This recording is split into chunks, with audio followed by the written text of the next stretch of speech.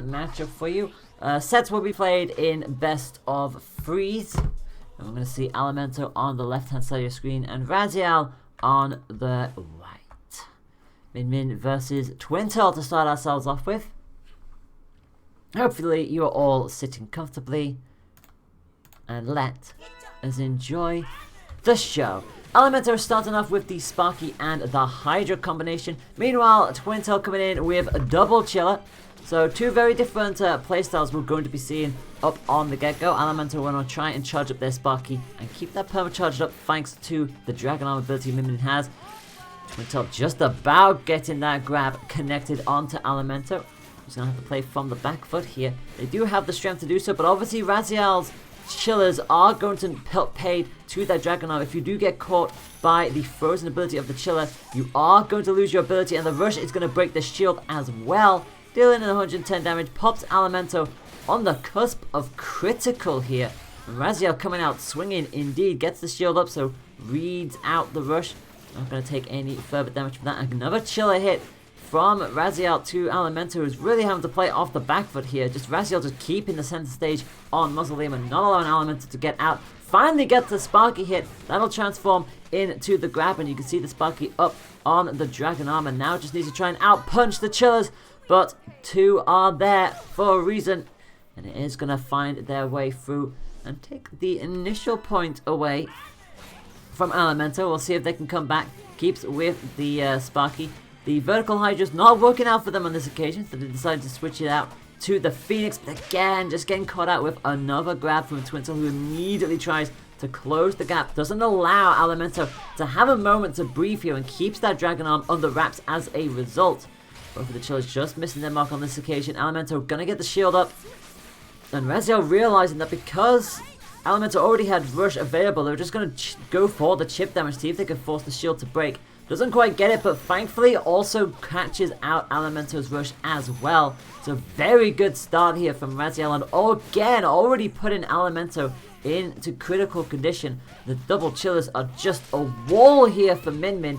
She just can't get into a position to properly use that. The Phoenix finally does swing around, but look at how much damage Alimento is going to have to do here. Another charge of Phoenix immediately floors Raziel, but again caught out by the second chiller.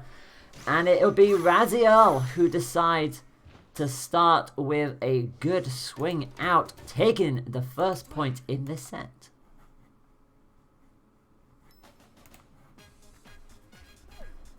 So we will see what will happen from here. Alimento has made it to the grand finals only once, so getting that second place under their wraps is a really cool feat in and of itself.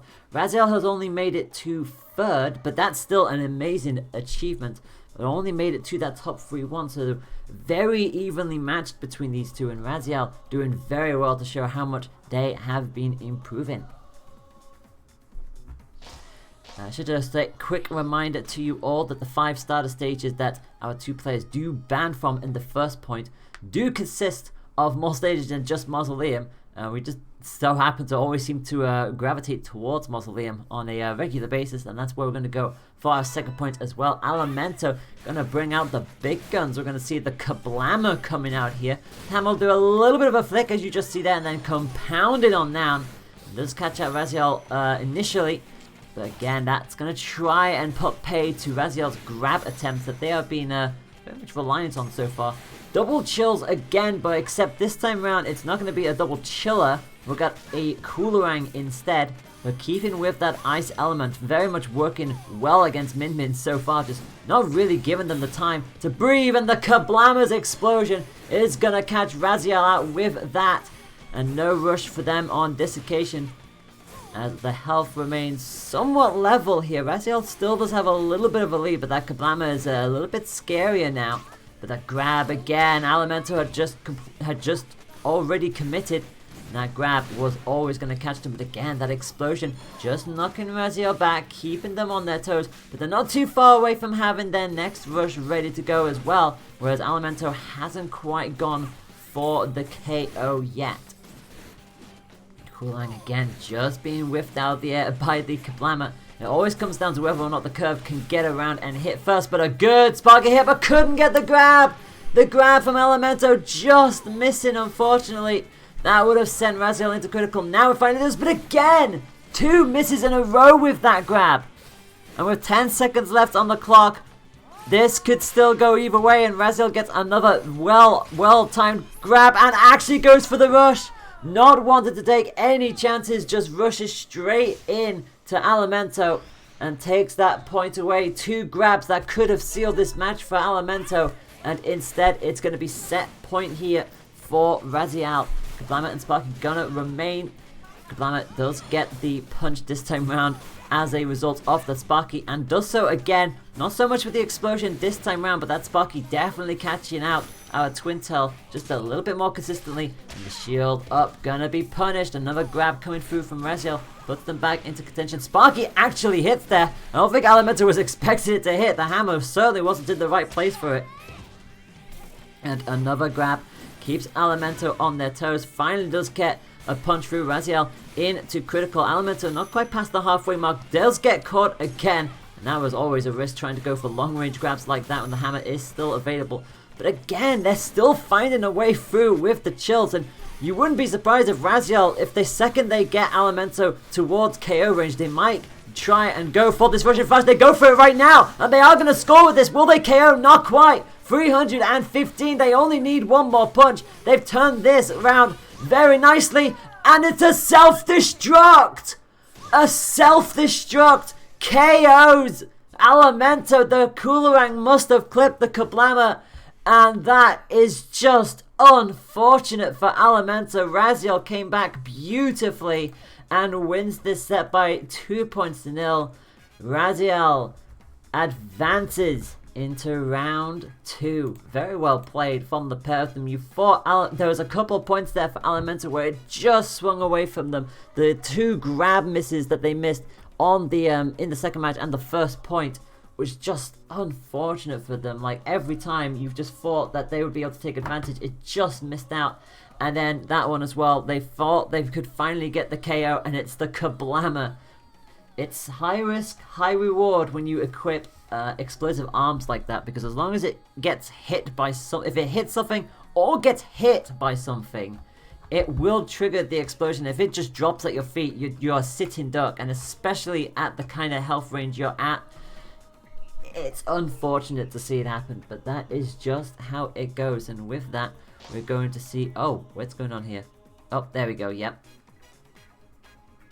I was about to say, it was for a second there, I saw them getting ready and thought, oh gosh, we're going to have another match, but no, we are definitely not. So with that, that is that match done and dusted. Remember, if you do want to follow along at home, you can do so. Explanation bracket will take you on over to the challenge site where everybody is lying in wait.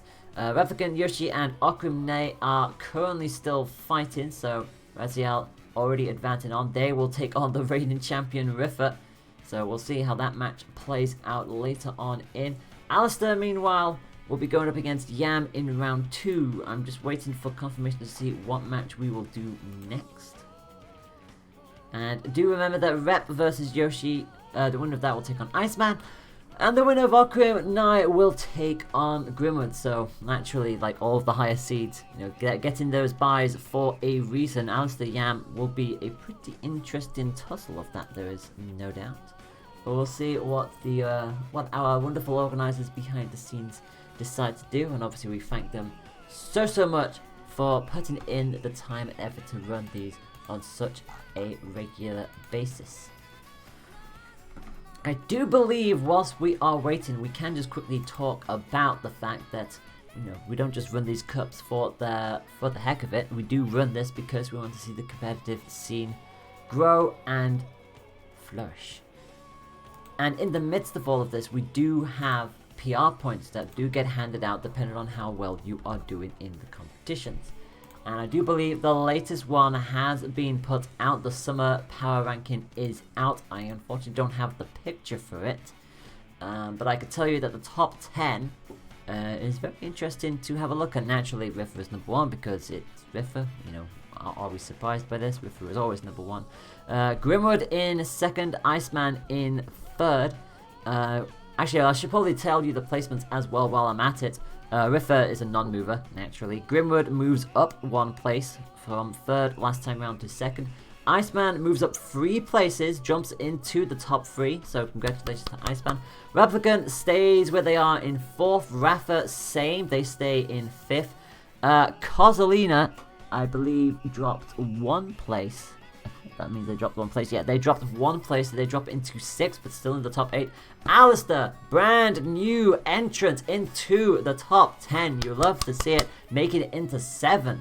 So massive congratulations to Alistair there. And Junior drops 1 place into 8th. Yam remains in 9th, and Okrib drops 2 places, going down into 10th. So massive congratulations to all of those involved. I believe there will be some special shenanigans coming up soon. I would assume there would be. I haven't been told anything yet, but normally when the power rankings are out, you could probably expect a tournament coming up very soon to celebrate the best of the best. And if you want to try and take part yourselves and maybe try and find your way into the power ranking for the next season, you could do so just by taking part in competitions like these where the PR points are up for grabs, and see if you can stop the Riffa Revolution. I mean, everybody is trying to at this point in time. Of that, there is no doubt. But it's also, we're also here to have fun. So always, always remember that yes, these competitions are serious business, but if you're having fun as well, that's the most important thing. So whilst we await for the next match, I do believe the other 2 matches are still on the way. What we're going to do is we're going to just take a quick little break. I know it feels weird to take a break right now, but nothing else is happening at the moment. So yeah, we'll just take a couple minutes away, and when we come back, we will resume with round 2 of this competition. We'll see you all in just 1 moment.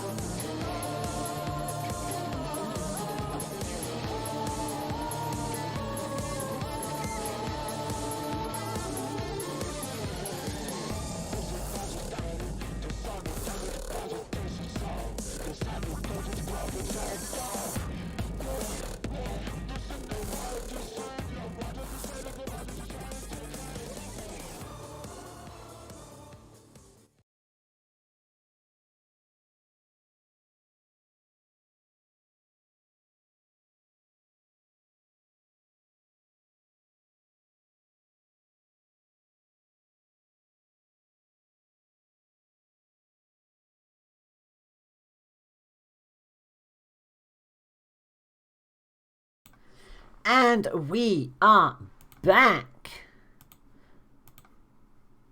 with the 60th installment of the EU Arms Challenge Cup. We are progressing on to round number 2, as we are going to see some of the top contenders here.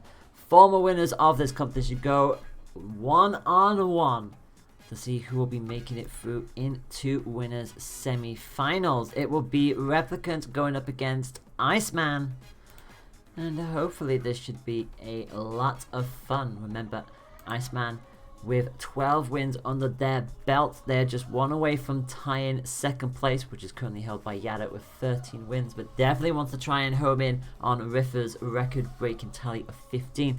Meanwhile, Replicant with the 3 wins in their belt would definitely like to try and add another one to their collection to try and inch closer to Grimwood, who is also competing here, who's just a couple away from them. As I was trying to mention earlier, the stage ban lists are Mausoleum, DNA Lab, Sparring Ring, Buster Beach, and Temple Grounds, which we are going to go to now. Our 2 players banned them in a 1-to-1 ban system. We'll add in a couple counter picks after this is all said and done, but first and foremost, Iceman on the left-hand side of your screen, coming in with Min Min. So, second time in a row we'll see Min Min on stream today. This time around we got the Popper and the Ice Dragon, and immediately getting caught though by the Tri-Bolt of the Lola from Replicant. And also with that Phoenix equipped for good measure. So they're both going for the stun and the fiery techniques, trying to at least keep Min Min grounded and keep that Popper away from being on the Dragon Arm. Obviously the Popper, if it does hit charged, it is one of the quicker arms in the game, but can be punched through by pretty much anything else.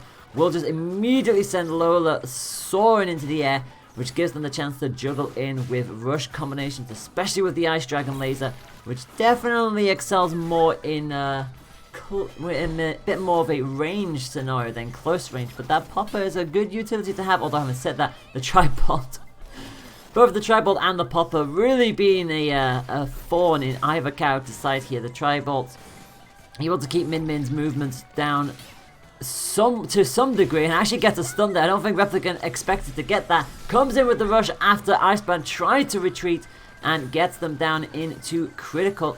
And meanwhile the Popper, because it's such a well-rounded tool and Lola does inflate to quite a size, it can be used against her, but on this occasion it is going to be Replicant who gets the better start here, taking the initial point away. We're going to see a weapon switch from Replicant. Try to keep their opponent guessing. Going to come in with the Chillin now. And Iceman coming in with the Sparky as well. So Replicant really thought about that. Thought that Iceman might bring in another glove. And indeed tries to outbox it this basically. An arm weak already on the right hand side for Iceman. Should just about be able to make it fade away. And it does. Iceman does start with the initiative with that rush, but hasn't utilized it yet. And Replicant will get theirs back up to speed now. That Sparky is starting to keep them down at bay. Rush is going to come out and does actually catch Iceman again. 320 sends them into the corner. Sparky will bounce harmlessly off Replicant's shield as Iceman tries to take the center ground once again. Replicant not too fussed about this, but it's going to be a little bit more fussed about that grab. It gives Iceman the chance to get the Sparky back up to speed. Phoenix just about able to punch it down, but you've got to be so careful. The Dragon Arm weak on the right hand side, not the actual Dragon Arm. I had to really think about what I was about to say there. Phoenix does catch Iceman again out in midair, and Replicant's going to have another rush ready to go, and they're going to go for it again, and they're going to connect with it again. That's 3 for 3 on rushes for Replicant against Iceman, who now finds themselves into critical condition and could potentially be losing this point away from Replicant. 20 seconds left on the clock. They're finally going to go for the rush, and the Dragon is going to bring that straight back down, and now with 10 seconds to go, it's Iceman who has the lead and brings it back nicely. Gets the last little lick of laser and ties this up into the final round we go. Replicant immediately starts with that commitment. Iceman tried to go for the start up grab. Did not get any purchase on it, but it's going to get another 1-2 hit with the Sparky and the laser. And now quickly hopping back towards the corner. Unfortunately going to get picked down again, so no Dragon Arm up on that Sparky just yet. And that's 4 for 4 on rushes now for Replicant. Sends Iceman past the halfway mark. They've got to be careful of that Dragon. They need to keep on top of that distance. Again, it just gives it that little bit of a lick. Just makes Replicant flinch that little bit more, and Iceman gets the distance and the time they need to get the Sparky back up into a perma buff state. I take advantage of the chill from the dragon, but a nice little juggle there from Replicant pips Iceman into critical. And if they get this rush up again, there's a very good chance that Replicant will probably KO. Heck, they may not even need to use it as Iceman gets backed into the corner. 40 seconds on the clock. They need to find a way out. They get a perfect Sparky hit. Really well done there, and it gives them a chance to get back into the center, and they could still yet win this. It really comes down to who is going to get what with the rush at this stage. And Iceman trying to bait something out and scores with the Sparky. Iceman is gonna yoink that point right away from Replicant, who seemed to have control for most of the match. But it's gonna be Iceman who comes back right at the end to take that point away and lead the set by 1-0. So the two counter picks are going to be coming up now into the listing. Those counter pick stages are as follows. They are Scrapyard and Via Dulce. So basically the winner will ban 2 stages and the loser will pick from the remaining 5 stages for Iz to go to. Last time around we saw Mausoleum just come straight back out, and we are going to see Mausoleum get picked via Replicant. So far we've had 4 matches and 3 of those have been played on Mausoleum, which I don't think surprises anybody at this point. And we are going to see the same fighters coming on in. Min Min versus Lola. And we will see what either of these are going to do. Are they going to see any weapon swaps? Probably not. Iceman is always very happy to come in with the Sparky and the Ice Dragon. Replicant, Chiller, and Phoenix. Again, a nice, good, consistent setup. We're going to see Iceman get the time that they need to get that Sparky back up to a permacharge status.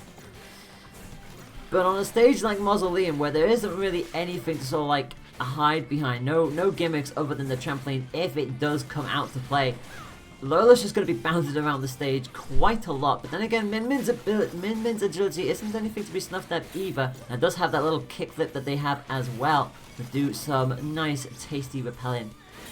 Going to keep that Sparky up on the Dragon Arm. Replicant has the health lead, but it's still early days here as the Phoenix just glides on past. And again, the Chiller has to be there to outbox the Sparky, and that is going to be another successful rush for Replicant. They have not missed one yet. And Iceman consistently having to come fighting out from behind. Going to get a very good dash in there and gets the rush as well. 355. Gets the permacharge back up on the Sparky as well. And now they're going to fight very up close and personal with the Lola. Just missing out on the Dragon this time around. And the Phoenix going to stop the Sparky from doing any further damage there. Again, caught out by that Chiller. And the Phoenix runs on through as well. And it's just like hit after hit. Replicant just has the confidence to go for these. A little bit of a crumbling on the platform. Don't want to hit too many there. And the charged glove is going to finally get the KO that they were looking for. And once again, Replicant is going to start with the initial point, but we've seen Iceman come back both times so far, so they're going to need to slow down Iceman as much as they can. And we're going to see a switch from Iceman. We're going to see the Sparky drop. Back comes the Popper. So we'll see what they are able to utilize here. Bearing in mind, they'll have to just hope that it hits before the Chiller can come out. The Dragon again gets a nice look at Ice on there. Replicant just loses all of their abilities at that point. And again comes in with the rush. The confidence that Replicant has, knowing that they've hit every rush so far. It's almost like nothing is stopping it. The second they have the rush, Iceman's just like, well, I'm going to get hit by this probably. No matter what I do, Replicant has an answer. Chiller just about missing this time around. Look at how close Replicant wants to come up to Min Min here.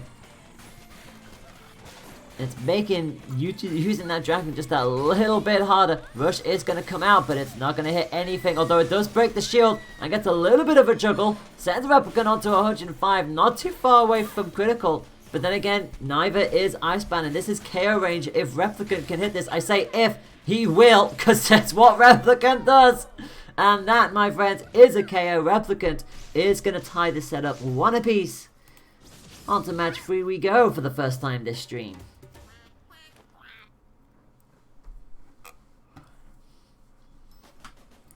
Iceman did not have a good time on that one.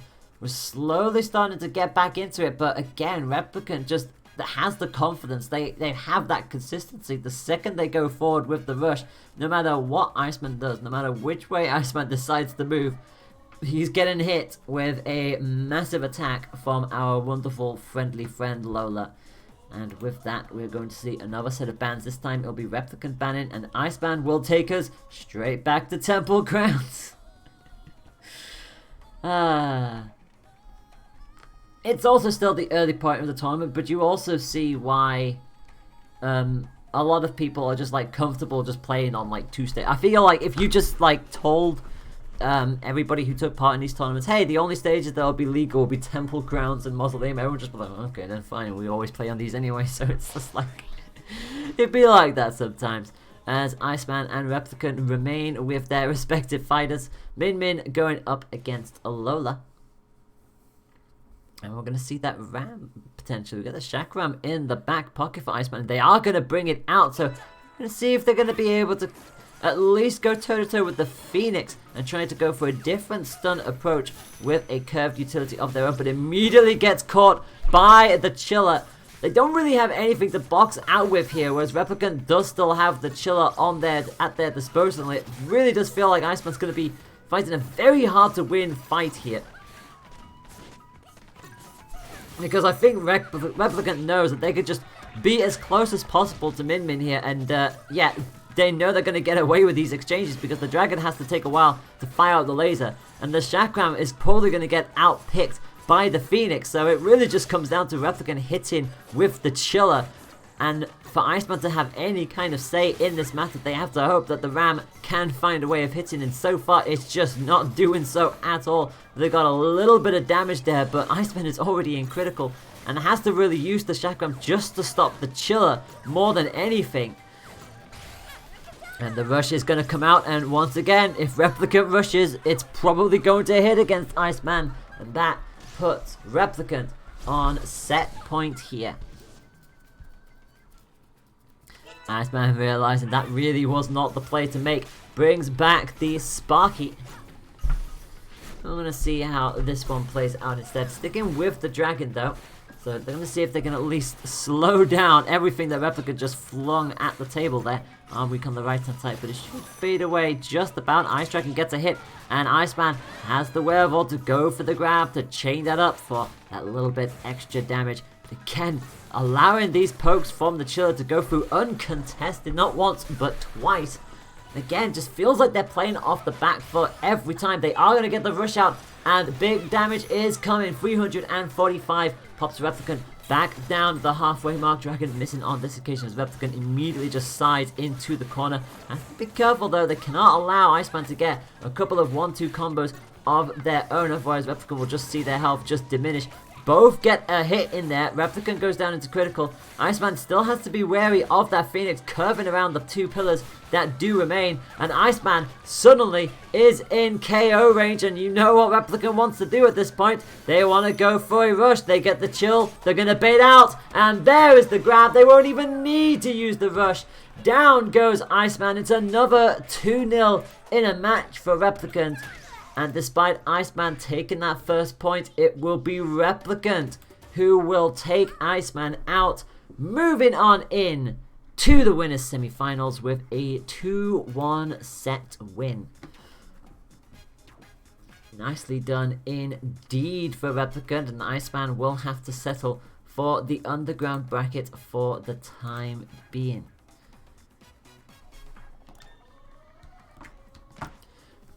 A good showing for both, but it does pretty much bode well for Replicant, able to get the better of Iceman there. A couple of mistakes that you wouldn't normally expect to see from Iceman. A couple of glove switches that were questionable at best. I could see what they were going for with the Chakram Dragon, but unfortunately, with the Chiller just being able to just straight box in, it was just a hard one to really sort of like it really didn't help Iceberg's scores there in the slightest. So, round ones have all finished now. Occam taking out Nye by 2 points to 1, and then losing to Grimwood by 2 points to 0. So we already have our first semi-final set and ready to go, and that will be Replicant to take on Grimwood. Ritha, meanwhile, took out Raziel by 2 points to 1. So Raziel really took the fight to Ritha there, just losing out towards the end. But that's good to see Ritha being taken to a match free, especially in the early stages. You'd like to see it happen. Alistair and Yam are still fighting. So it looks like we will indeed have Replicant go up against Grimwood, and we will have our first semi-final then, starting up in just a moment. So, whilst we get these two set up and ready to go.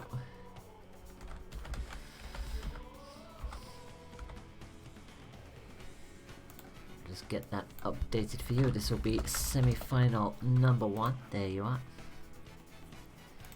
And it's worth pointing out that these two definitely have what it takes to book their tickets into top 3. They've definitely been here before. Grimwood having won this 6 times. Replicant haven't won this 3 times, so they're definitely closely matched in terms of stats. Grimwood with 6 wins, 8 second places, 3 third places. Replicant with 3 wins, 5 second places and 5 third places, so they are definitely no strangers to making it this far. But it's just going to be the case of which one will get the better of them this time around. And do remember that they're not just fighting for a chance to be in winners final. This is essentially a fight for top 3 right here and now.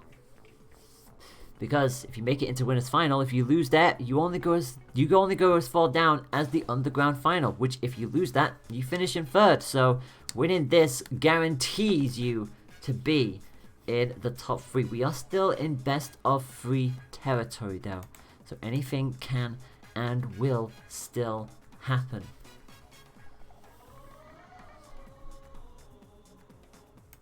Both of our fighters are just figuring out what they want to do. I should also remind you that there is a bonus rule in the stages. We don't normally see it. It is a rare treat when we do see it, but every now and then we will get moments where both players will just sort of like have a bit of a clause and just agree to just randomize or just pick specific stages that may not be entirely legal. And all manner of chaos will break loose when those kind of things happen. Like I said, they are a rare treat when they happen, but for the most part, everybody abides by the serious competitive rules that we have over here in this competitive field. And it looks like both players are ready to go. It'll be Replicant on the left-hand side of your screen, Grimwood on the right, and Grimwood, as is the case as of late, is coming in with the Doctor herself, Dr. Coyle, making an appearance on the stream.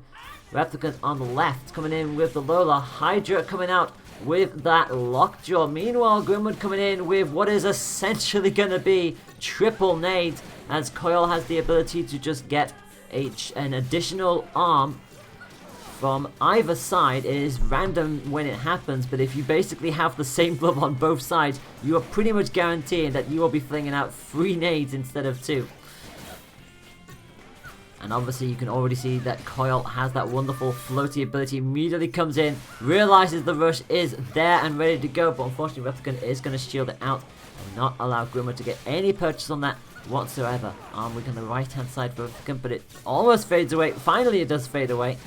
And I can definitely see what Replicant is going for here, coming out with the Hydra, trying to find a way of slowing down Grimwood's flighty assault, and comes out with the rush and does indeed hit again. So far on stream, no rushes have missed on the side of Replicant. It puts Grimwood on the cusp of critical as a result, although Grimwood has already charged up that rush immediately, which just goes to show you how quickly Coyle charges up rush just by flinging out arms consistently. And that is going to be... I could see what they were going for. They were trying to go for that juggle on the rush, trying to go for that little bit of a knockback into it, but Replicant just got out of it in time to get the shield up. And no further damage done, although having said that, Replicant is in critical. Comes out with the rush and misses it! Replicant misses with the rush with 5 seconds left on the clock. And it's Grimwood who has the health lead, and they're just going to shield this because they know they've got it won and they will take that point. Well, Replicant's rush streak had to end at some point, and it ends right at the end of that match. And they've practically just gifted Grimwood the advantage as they're almost up into rush state as well. Does get caught though by the Hydra and Phoenix combination that Replicant is coming in with, but Grimwood has a set of their own and immediately catches Replicant 355. A combination of the Boomerang and the Hydra. Just so much damage raining on out. And Grimwood is just on absolute fire here. Hydra misses on the right hand side. So to be fair, Hydras are a good pick on both of these fighters. Loader does like to bounce around a lot, so it's like just try. If the second they go into the air, the Hydra is a good tool to utilize. Replicant's gonna miss 2 rushes in a row now, both missing their grab attempts as well. And Grimwood does finally get caught in the air as well, but again, the health difference already. Replicant on the cusp of critical. Grimwood has a rush ready to go if they can catch this Lola out. But having said that, they're being caught out by a lot of Hydra hits here. Finally does break on through, and the rush will KO from here. And that is going to be Grimwood's point. Their coil is still very, very scary to play against.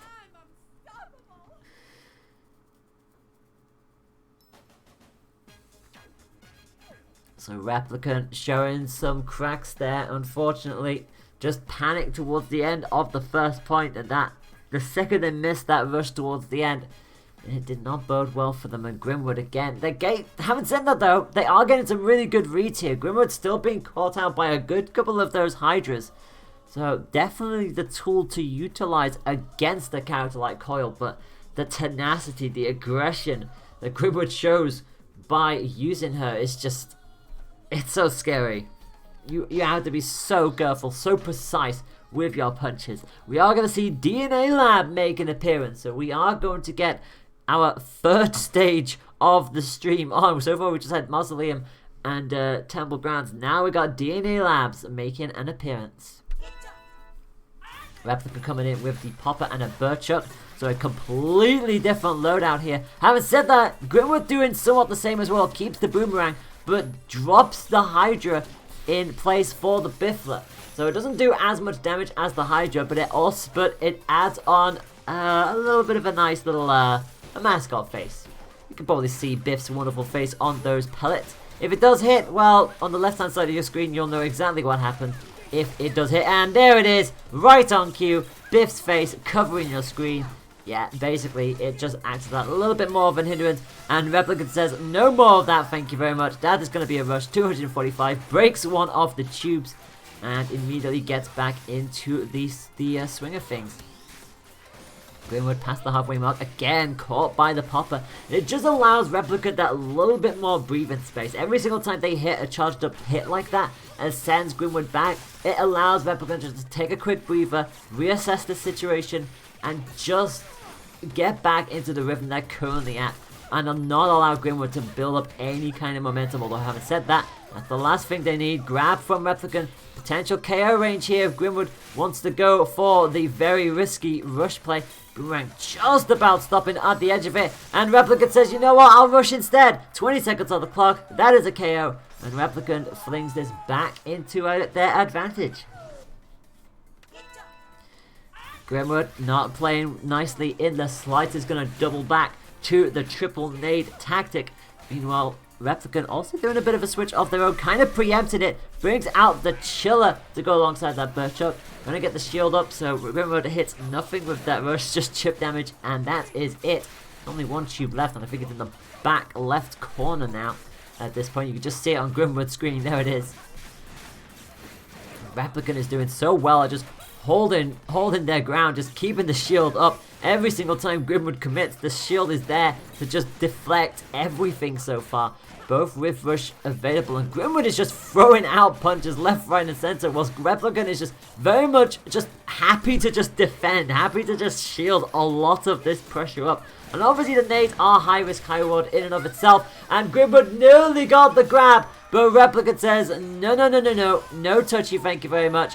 Although unfortunately tries to be a little too ambitious going for that Burchuck punish and gets caught with the nade rush instead. That's what I was trying to say, the nades are pretty much, they do good damage, but they're also unguided. They are one of two arms in this game that are just manual aiming only. There's no auto guidance system on it in the slightest. And just how many nade explosions do you want to drop at your feet? And Grimwood is coming back with a vengeance here. Look at how many nades have just pushed on through here, and Grimwood was behind for most of that match, and just 3 explosions later and a rush later, and Grimwood just yoinks that right away from them. It puts them on set point as a result. Replicant gonna divert back to the popper. Keeps the Burchuck though. Grimwood not gonna switch out from the nades this time round. And it also means that whilst the popper are indeed light and very quick, the key word there is light. It will be punched through by anything, and the nades are no exception to that rule. And again, catching Lola by the ankles. The AoE explosion gonna tip them off balance. And we'll now see what Replicant has in store now that there's nothing to protect them. No tubes to dance around. Gonna quickly nip off to the side and then punch through the other grab. The Burchuck actually making contact with Grimwood. Definitely surprised the pair of them that it did. The popper also catches Grimwood on the way down, forcing the self-destruct from the nades, which is always going to be so important to do. We saw how important it was in the first set of the stream. But again, it can work both ways. The AoE explosion is something to keep an eye on for Replicant. Every single time you think that it is out of your way, it will still find a way of catching up to you. Grimwood is taking a couple too many of these popper hits, and it does put them in KO range of these rushes as they poke on through. The explosion again catches Grimwood out. 23 seconds on the clock. Replicant just about getting away from that grab. They need one more hit of pretty much anything, and they'll take Grimwood down. Rush is going to come out though. Here comes the nade rush. 300 damage. 10 seconds on the clock. You feel like at this point Replicant just needs to hold on. They have the health lead. They just need to not be hit by anything. Rush is going to come out. Not going to hit. Grimwood gets the grab. Oh, how many times have we seen this? How many times have we seen the rush come out when it really doesn't need to? Grimwood gets all the way around because coil is coil, and grabs when they're out of range of it, seals the deal, and Replicant is going to go down by 2-0. Grimwood is in to the winners final. Oh, how many times will we see a grab punish the rush at the end of a match? Oh, it's always such an infuriating thing to get caught by, but every time, every single time. And with that, we are going to move on into semi-final number 2, and we have heard that Alistair took out Yam by 2-1. So it means semi-final number 2 will consist of the following.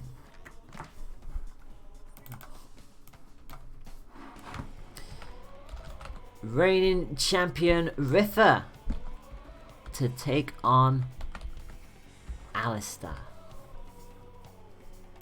Alistair been making quite some headlines as of late.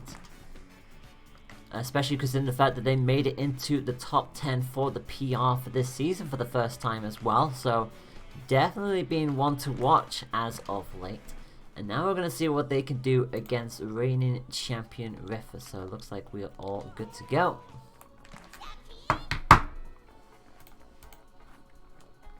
And here we are. So semi-final number 2, still in best of 3s. The winner of this will take on Grimwood in winners final, and also guarantee themselves a position in the top 3. I can also tell you in the underground bracket, we have lost Okrim and we have lost Yoshi Bowser. Yam beating Yoshi 2-0, Elemento beating Okrim by 2 points to 0. Raziel and I are fighting. Iceman and Elemento are fighting in round 2. Yam will await the winner of Raziel Nye, and then Replicant will await the winner of that. The loser of this match will face either Iceman or Elemento. And with that, we are going to move into our matchup. Semi-final number 2, it will be Rifa on the left of your screen coming in with Misango. Meanwhile, Alistair is going to come in with Coil. So we're going to see Coil coming in twice here in 2 different semi-final sets. And Rifa not going to take kindly to the Coil. Has probably been training a lot to try and hone in their abilities against this character. Coming in with the Cracker and the Coolerang. And meanwhile, Alistair going to go for the what is essentially triple toaster. So all of the fiery punches all of the time. And just quickly taking a little bit of a backseat, knowing where that Coolerang is going to go and just drift away from it for the time being. Does get caught out in the air there, and if you go up too high, you will get caught, but immediately closes in on Rifa, translates that into a 2-2-5 rush. Rifa, however, says, well, anything you can do, I can do better, but unfortunately can't quite get the juggle, and Alistair drifts down, only taking 100 or so damage from that.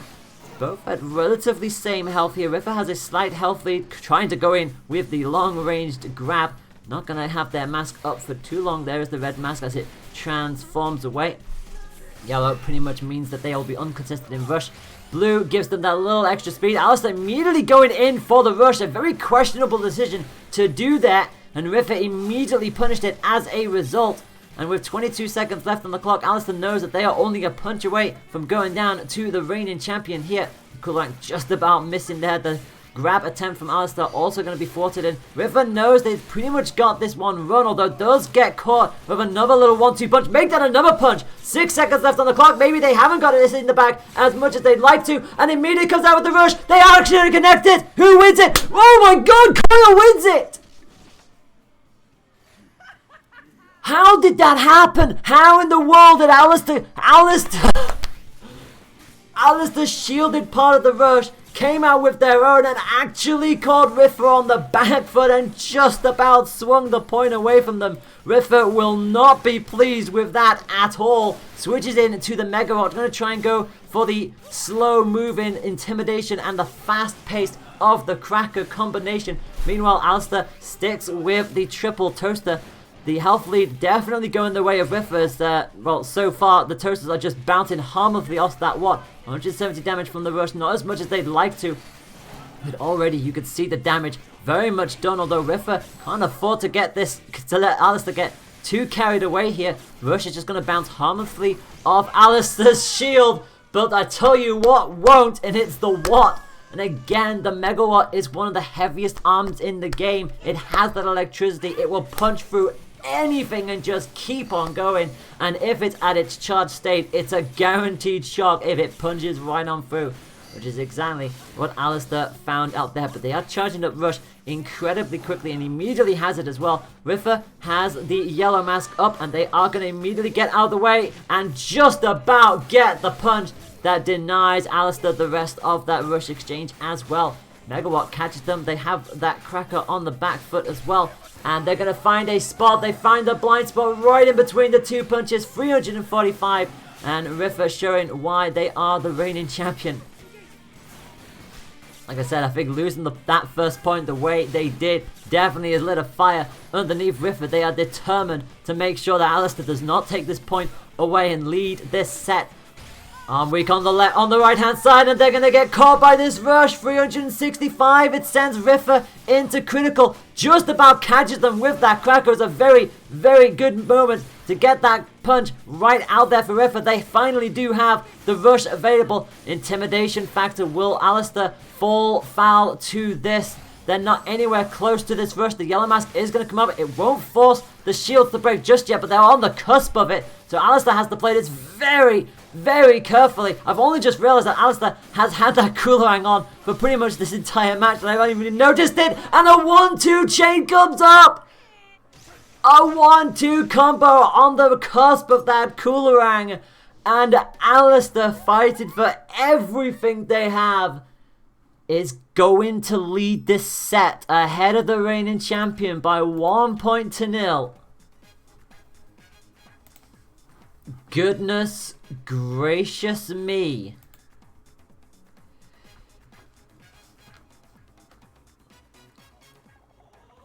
Alistair has the lead in this set. We're going to go to Temple Grounds, and Riffa immediately throws the weight of those masks to the side, going from Misango to Ninjara. Tri-Blast, Ice Dragon, and that windiest of slap is in the back pocket, but we are going to open up with the Tri-Blast, Ice Dragon, Alistair, Coolerang, and Toaster. It took them a while to make that combination work in that previous match, but they're immediately going in with monumental aggression straight up against Riffa, not allowing them a chance to start doing their teleportation spam. And look at how quickly they are moving. They are outmaneuvering the dragon here. They've just completely pinned Riffa into the wall. Riffa is in the corner. That's a rush. That's going to hit. Will that KO? No, it does not. They just need one more punch. Riffa is being blown away here. And Alistair is on set point. What is happening? Alistair is on set point.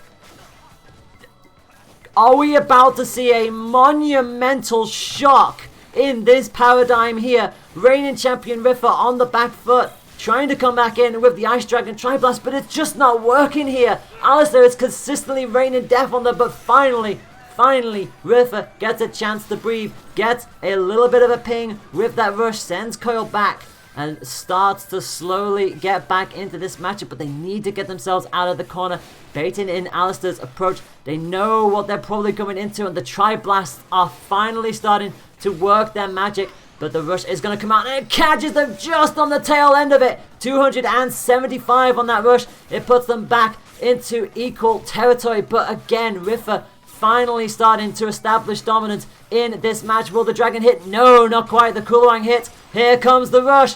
And Alistair just going to avoid it for the time being. They cannot afford to get hit by anything here. And the bolt finally finds a way through. They have found a way to slow down Coil's pace as we go into match. We're going to go into point number 3. Can Alistair take a 2-0 against the champ, or will Riffa find a way back? I think the answer is Riffa's going to find a way back, because Alistair just keeps getting caught out by these Tri-Blasts. All of these bolts are finding their mark, and Riffa suddenly has complete control over this match. They're looking for a perfect. They've got the perfect.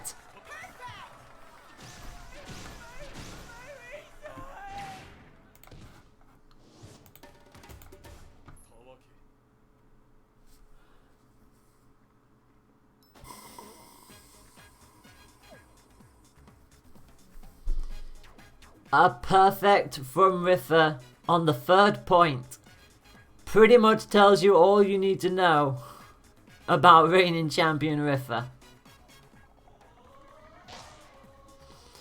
Alistair is going to have to do this the hard way. We're going to Mausoleum. The gloves are very much off. Riffa finding a way to slow Alistair down. They did not allow them to get back in control ever since how dominant they were in that first point. They realized the tactic that Alistair wanted to play for and immediately countered it. So now it comes down to match number 3. Tri-Blast and Ice Dragon once again going to be the call. And again, the Ice Dragon just getting a lick of ice every single time and catching Coil off guard at every sense of the word. Alistair coming in with those triple toasters, but look at the health already. Gets clipped by one ball, but just about is able to glide away from the rest of it. And finally, the punching gloves start to finally come in, although that arm is very close to breaking here. Alistair needs to be careful. Comes in with the rush, and Riffa again is going to find a way of teleporting all the way around and just cancel out the rush nicely. This is what I mean by when I say the second Ninja is allowed to just start teleporting all over the place. It becomes very hard to just lock them down here. And Alistair, frozen in place, finally does get free of it. But again, Riffa just has the range. He has the distance to be able to shut Alistair down. Jumps up over one, does get caught by a toaster, but they'll not worry too much about this. They do have health lead, and they know that one more poke from anything will suffice, and Alistair's starting to get a little bit greedy here. Tries to go for the rush and gets punished as a result. And this gives Riffer set point. The trampoline does open up here. And this might make it even harder to hit Riffer here. Like, obviously Kyle will just ignore the trampoline anyway, but Riffer is one who would just immediately just swim all the way around stages like these. So this might be even harder for Alistair to hit Ninjara at this kind of velocity. And look at the damage already coming out. Alistair dipping past the halfway mark. And arm weak on the right hand side. Make that it's down on the right hand side. And Riffer's looking for another perfect. And in fact, they're probably on par to do exactly that. The Coolerang and Toasters again are just missing. Alistair is not able to be as consistent as they were from the first point of that second match onwards. Alistair dropping towards the trampoline, gonna go for the rush, but again is gonna get caught by Riffer. They are determined to get another perfect, and they have it. And Riffer, once again, is just going to style on the entire community. And once again, is guaranteed to finish in the top 3.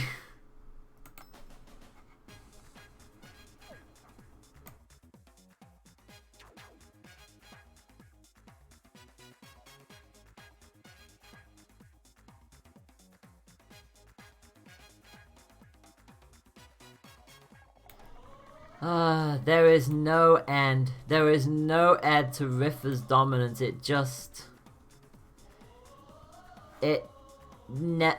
feels like it's never going to end. So, winners final will be coming up. And it will be our first best of 5 of the stream, and it will be Riffer to take on Grimwood.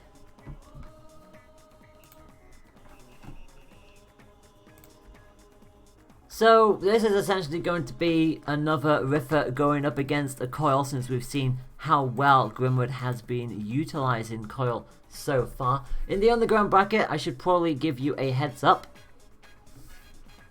that we have lost Nye. Raziel managed to beat them by 2 points to 1. And round 2's match, we already have one result. Iceman taking out Elementor by 2 points to 0. So that is done. And Dusted Yam will be currently going up against Raziel down there. The winner of that match will take on Replicant. Meanwhile, Iceman will now take on Alistair in Underground round 3. With the winner of that going in to top 4. So we'll keep you up to date with what is going on down there. Remember, if you'd like to keep an eye on the shenanigans yourself, it is Explanation Bracket. And you can see where everybody is playing to. Remember, this is double elimination tournament, hence why we do mention the underground bracket. The tournament is not over after your first set loss. You can still find a way through, but you're going to have to work very hard at it. And obviously, Alistair, having just lost out to Riffer, conceding 2 perfect points as well, they now have to try and collect themselves and go up against the individual seeded number 2, which is Iceman. So no pressure for Alistair. That is a lot to be working against, but we'll see what they can do from down there. Obviously, Replicant has a little bit of a breather of their own, but yeah, like I said, it will be Riffer versus Grimwood in winners final. Remember, the loser of this goes to underground final, but like I said, they're guaranteed a top 3 finish, because if you lose underground final, you come in 3rd. It's as simple as that. Grimwood will want to try and do anything possible to try and find a way down through Riffer. And bearing in mind that Riffer has been a little bit shaky here and there over these past couple tournaments. Like the previous tournament, Riffer was conceding a fair amount of points in their respective sets, and they're doing exactly the same thing here as well, considering the fact that, you know, they did drop a point to Raziel as well in their set in round 2. They dropped a point to Alistair in the previous set. So but at the same time, we're getting to a point where if you take a point away from Riffa, it really doesn't mean anything anymore, because Riffa is just consistently running it back on the comeback, and it's just like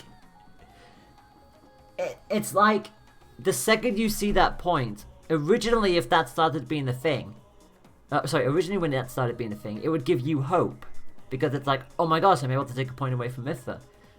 But now it's the case of, I took a point away from Riffa, I've probably just annoyed him, and he just comes straight back in, and they are ready to go.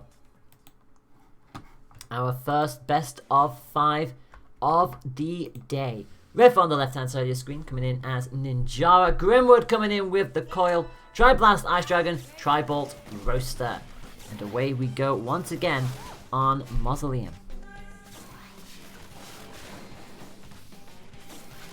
And again, Riffa just doing exactly what they want to do, just keeping themselves at bay from the coil. Just coming out with the Ice Dragon, seeing if they can catch Grimwood out with the blast as well, and that's exactly what they're going to do as well. Grimwood has the right idea though, and does get the Tri-Bolt stun on the rush, which is exactly what they needed. And it's going to slow Riffa down that little bit more, and the rush is going to connect as well. 295 damage. Grimwood remains in the center of the stage and just slows Riffa down again. It's just the well time of the Tri-Bolt, swapping out the explosive ability for that stun ability, and it definitely works against a character like Ninjara. Both get a trade, both of their respective abilities. Riffa getting completely floored, and Grimwood being frozen. Just watch Coil just slowly descend to the ground, and is going to get walled out by the rush, and Riffa takes the initial point away. Very close match between the two of them, consistently trading very heavy blows here. But it is going to be Riffa who starts with the advantage, and immediately again just catches Grimwood out the second they start to ascend and come a little bit closer. The bolt hit, and then the dragon is already deployed, ready to follow up with the 1-2 hit, and it just immediately takes Grimwood down. And it just goes to show you that Riffa has indeed been training and just watching all of these new coils coming into fruition. Obviously, the American meta really been shaping a lot of this, and Riffa just seems to be able to deal with anything now. Grimwood already into critical, and this is just a flying start from Riffa. Both going to come in with the rush, but it's going to be Grimwood who gets the better utility out of it. They are still very much in critical. They've got a lot of damage to try and draw back here. So Riffa knows that they have command of this match. They just need to pace out Coil. One more hit from anything will do, and the arm is weak on the left hand side. That'll certainly not help Grimwood at all, and they just float straight on in. And the bolts are going to put paid to that. I do believe the score hasn't properly updated, so I do apologize. Riffa will lead this set by 1 point to 0.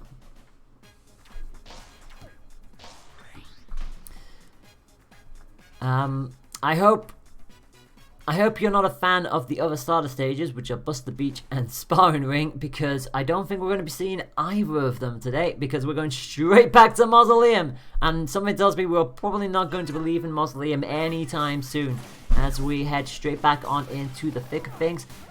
Chakram and Tri-Bolt now going to be the call from Grimwood, so going to go for all of the stunned arms all of the time, and Riffa immediately with another 1-2 combination just immediately snips Coil straight back down, and Grimwood is just not having a good time here. Every single time they ascend, the Tri-Blasts are already there to stop them, and another successful rush, 360 damage, and Riffa is just dancing around everybody at this point. Again, another Chakram hit is going to find its way through, and the damage is just being done, and Riffa is just operating in a completely different dimension here.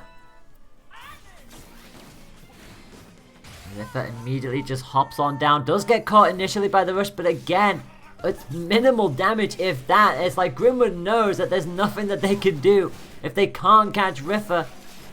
if they can't catch Riffa after a jump, they're not going to catch them at all. And Riffa again just starts to just draw their health back bit by bit. Another Dragon Lick, yet another one, juggles them into the chain. 380. Grimwood is in critical condition. Riffa only needs a couple more hits, if that. And you just see how Riffa just doesn't seem to just be bothered by anything coming through. It's like, oh, I got hit by that. Well, that's fine. I've pretty much got this anyway. 2 points to 0 for Riffa. They are already 2-0 up in this best of 5 set. We're gonna be done with this. We're gonna be done with winners final before the underground bracket has even managed to catch up. Straight back into Mausoleum. Characters are the same. Arms are probably going to be the same here. It's almost like Grimwood at this point just going like, look, just get this over and done with, please. There's no, I can only do so much. Tri-Bolt and Toaster is going to be the option for Grimwood. Riffa, surprise, surprise, is not going to switch because, well, it works. If it ain't broke, well, don't fix it, basically. So far, Grimwood is being able to get the shields up a little bit more consistently here, so they are starting to catch up onto Riffa's exploits. The bolts are going to just give themselves a little bit of an exchange, but again, the pressure on that shield just consistently being forced to break every single time. Grimwood's having to take very close watch of this, and unfortunately, it is going to cost them. The shield goes down, 380 damage. It's pretty much a free rush for you, Riffa, and immediately re-establish control in this matchup. The Dragon just firing off to the side, and again, here comes the rush, and they actually catch him this time round. 220 damage, certainly been one of the better rushes from Grimwood in this set so far, and it actually has indeed tipped the scales a little bit. But again, the freeze from that Dragon just slows Coil down to a grinding halt. Riffa doing their little dance again. The Dragon just about catches Coil as they were coming back down as well. 30 seconds left on the clock. They do have rush available, and they are going to deploy it. Shield does come up in the nick of time, and Grimwood gets away with it. Arm weak on the side, but finally does fade on away, and actually caused a little bit of a explosion there with the Tri-Blast. Both now in critical condition. Grimwood has rush. Never mind that. They've got the grab, and with that, they take the lead. 10 seconds left on the clock. Riffa is very close to conceding the initial point here. And with 2 seconds to go, they try to go for the grab, but they will get KO'd on the buzzer. And Grimwood gives themselves that little bit of hope they needed to try and wrestle this set a little bit longer from Riffa's grasp. As the Toaster comes out full on swinging again. Rush ready to go for Grimwood. Riffa won't be too far behind, but the juggle from Grimwood is real and true. 310 damage. And Riffa just drops past the halfway mark, and they are inching ever so closer to that critical cut. They are finally going to fling in a rush of their own. 350 damage sends Grimwood on the cusp of the halfway mark, but again, damage very much well and truly done. But, well, we know Riffa, it's never over until it is actually over, and another Tri-Bolt stun does connect on the side of Riffa. They have to be very, very close here, as Grimwood is definitely playing a very different tactic here, just remaining to the sides to actually give them a goal of a chance of dodging some of these bolts being flung by Riffa. Both now with rush ready to go, and Grimwood's actually having to hold position here a little bit, and it's costing them dearly. They are in to critical. Both are in KO range of each other's respective rushes. It's going to be Grimwood who blinks, and Riffa is going to get KO'd. No, they're not going to get KO'd. 230, you just were waiting for the final punch to come through, but it just didn't happen.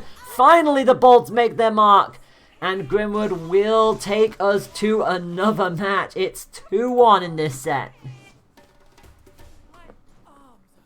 Coil finally finds a way through Ninjara. It took them a while, but they're finally there. The underground bracket is advancing, by the way. Yam has taken out Raziel by 2 points to 1, so underground round 3 is underway. Alistair versus Iceman and Replicant versus Yam. Again, we'll give you the updates onto those matches when we get them. But this set is moving rapidly through the paces. Back into Mausoleum for the 4th time in a row in this winners final. And we are going to see what the answer is going to be here. Riffa will stick with the Tri-Blast and the Ice Dragon, and immediately starts off with a 1-2 combination that just explodes in Grimwood's face, and immediately back into the swing of things. Riffa suddenly playing how they were in the previous 2 matches, and again those bolt reads. I think they've got a little bit of a plan and a little bit of an idea of what Grimwood has been up to here, and now they're just consistently going for that side on the off chance that Grimwood goes there, and they are catching him on every occasion here, finally getting slowed down a little bit, and Grimwood wants to try and take the challenge to them, but unfortunately going to get walled out. 280 damage, and Riffa already leads by a comfortable margin, and Grimwood has got it all to do here to try and stop Ninjara in their paces. It's just not happening at the moment. 50 seconds on the clock. The Dragon and the Bolt are just going to hit again. One more hit from pretty much anything will give Riffa set point, as they just slowly but surely make their way back into this. They do get the hit, and crucially for Riffa, they're not too far from having their rush charged up as well. So, set point for Riffa to book their ticket into Grand Final. Grimwood sticking with the Tri-Bolt and the Toaster. It's been working for them so far, but this combination from Riffa is just too much for them. Finally gets a rush through, 240 damage. Decent rush in the end. It gives them the lifeline that they need, but now they have to be able to predict when Riffa's rush will be coming. The Dragon does hit, but so too does that Toaster, and it immediately floors Riffa. Make that another quick little 1-2 hit. The Toaster and the Bolt hitting pretty much at the same time. Grab being punched on through. Dragon just about missing this time around, just hovering off over on the head. But again, the second it does connect, that Chiller just robs Coil of all of the abilities. But having said that though, Grimwood's got a wall of their own. Gets Riffa into critical, but they've got to be careful though. They cannot afford to let Riffa land too many hits in here, because this is when Riffa becomes just so much harder to hit, and especially when they're just one hit away to try and tie this set up. This is exactly what they need to. Somehow Riffa gets away with that, just about getting through all of those bolts. The Toaster missing as well, just about shielded in the nick of time. Again, you just see how wide it can be, how hard it can be for Riffa to dodge these, but the explosion catches up. It's a self-destruct KO. We saw one in the first set of the tournament today. We've seen it again. Riffa getting taken out by their own arm. It's one apiece here. Grimwood needs to win this, but it is still set point for Riffa. Crucially, the Chakram is going to come out. It is all stunned. It is all stunned. No questions about it, as Riffa does get caught by the tail end of that rush, but it's damage limitations more than anything. Tri-Blast pups going much straight into the path of the windiest of slaps, and it's a good little switch here for Riffa that is working so far, and this will be a juggle. It will be a juggle. A lot of damage coming up through, 305. It puts Grimwood on the cusp of critical. A lot of health here to try and chip away from here, and Grimwood knows they've got it all to do. Grab is not going to give them any purchase here. Look at all of the bolts. They trade blows. The bolts do catch up to Riffa, but they crucially got a hit of their own onto Grimwood. But the momentum is starting to swing. Riffa doesn't quite have the rush ready to go yet. Grimwood, not only do they have it, but they've almost got Riffa there. They are in KO range of a respective rush, but the bolts are still coming in true. Riffa now has rush available, and the bolts have just gone a little too high. It chased Coil into the air, and there was nothing Grimwood could have done. They were starting to hone it on back, but in the end, it's gonna go the way of Riffa. 3 points to 1, and Riffa. Oh my goodness me. Riffa, for the 30th time, yes, I mean that, the 30th time, is in the grand final of the Challenge Cup. Oh, is there no stopping the Riffa revolution?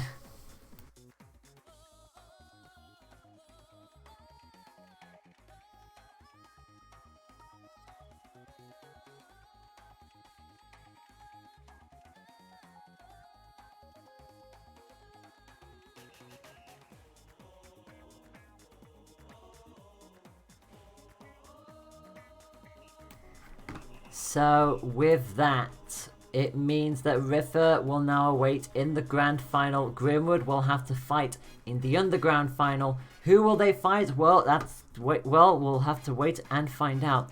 Iceman has eliminated Alistair by 2-0, which means Alistair is not going to get another shot at the top 3 either, which means the fight between Replicant and Yam definitely carries a fair amount of significance here. That match is still going on down the underground bracket. The winner of that will take on Iceman. The winner of that will take on Grimwood in underground final. We are going to have our second and probably final break of the stream. When we come back, it'll be top 4 time. Who will make it onto the podiums? And can anyone stop Riffer? We'll find out in just a moment. Do not go away, my friends.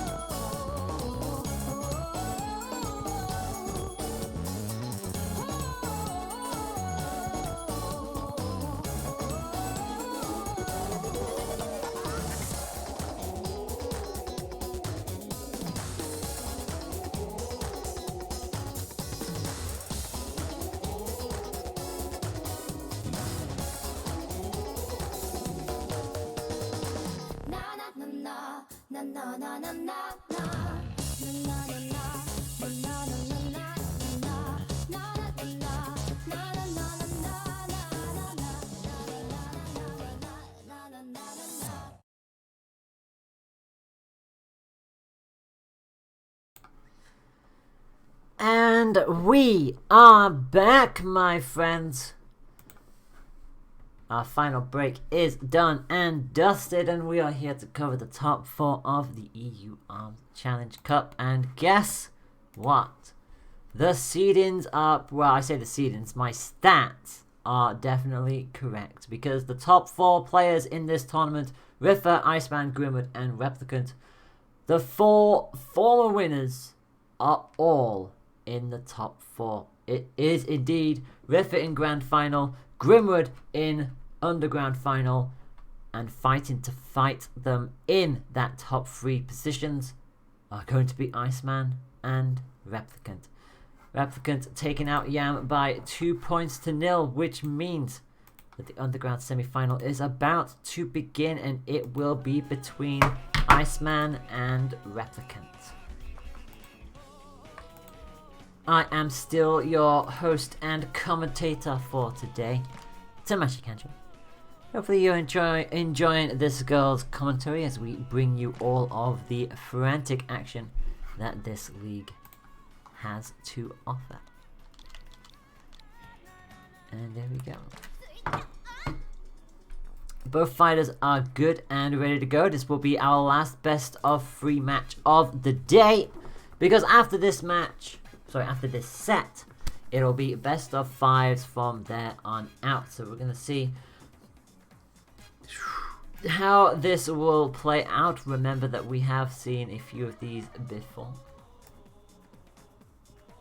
Iceman and Replicant fought earlier today. Replicant winning that exchange by 2 points to 1. So we're going to see if Replicant can replicate that feat, or if it's going to be a matter of Replicant can't do that. I think I made enough jokes at Replicant's expense there, so now I think we shall move swiftly on as both of our participants get themselves ready to do some bans and prepare ourselves for what is going to be a very frantic all-star showcase. Like I said, the 4 players who remain in this competition are all former winners. And between these two, you would think that the favor would go the way of Iceman, but Replicant was able to beat them earlier today. So we're going to see if they could do that again. It would be cool if they can. Iceman, amusingly enough, hasn't actually won this cup since the 42nd iteration, so they are very much behind on winning the cups. But having said that, Replicant has only won 3 of these, so you know, definitely the pressure is on both sides, and we are going to see a Lola Ditto, and it's going to happen in Sparring Ring of all places, which means the only stage that hasn't been brought up is Buster Beach at this point. But Sparring Ring is going to be our very first stage pick of this best of 3. Replicant on the left hand side of your screen. We're just going to need to quickly switch those names around. There we go. Hydra and Phoenix for Replicant. Iceman, meanwhile, with the Popper and the Scorpia. So all fire for Replicant, wind and poison for Iceman, which it's definitely gonna hinder Lola's abilities, of that there is no doubt. That little bit of a stutter, you never really want to go up against that kind of stuff, but that is what it's gonna bring to the table, as well as that poisonous stat counter, which will just deal a little bit of chip damage as well over time. Replicant gonna try and go in with the rush immediately, doesn't get anything, but does have the wherewithal to shield Iceman's attempt. So neither finding purchase with their respective rushes. Arm Reek on the right hand side for Replicant does fade away in due time and actually scores with the Hydra as well.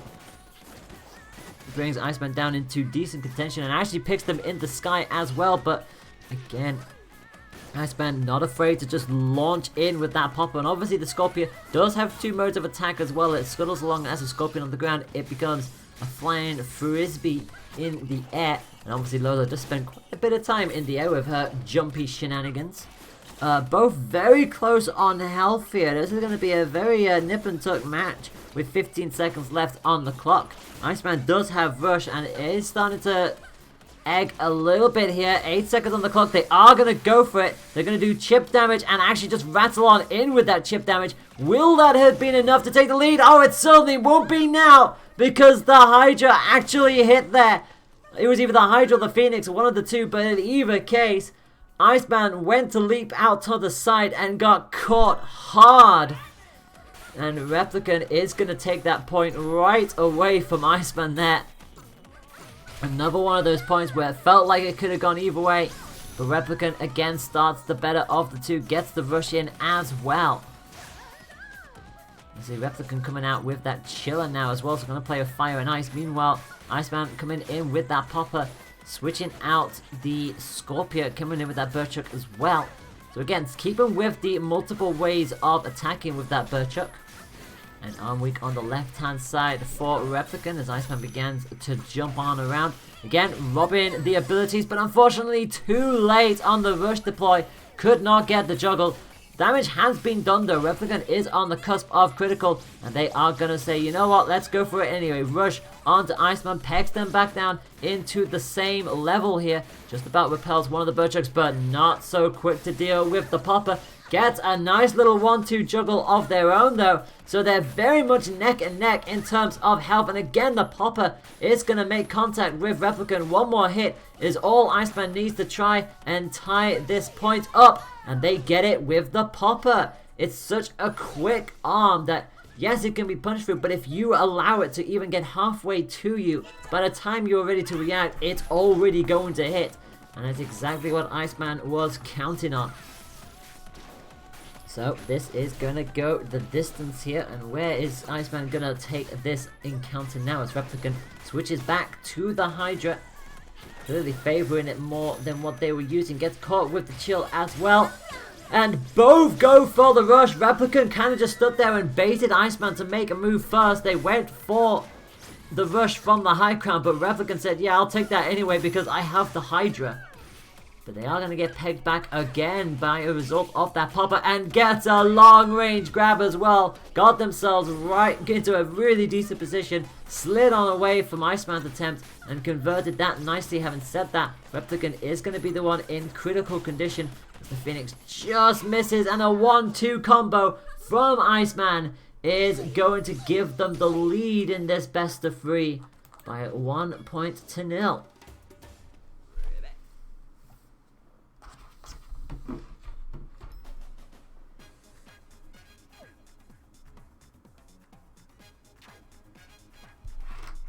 So Iceman proving why they have that seed number 2 next to them. Despite going down to Replicant earlier in the tournament by 2 points to 1, they lead this set. And crucially will try and seal this up and get their revenge and book themselves into the top 3 yet again. But we know Replicant, they've got plenty more to offer up. So we'll see what either player does. For first and foremost, we'll see what Iceman bans.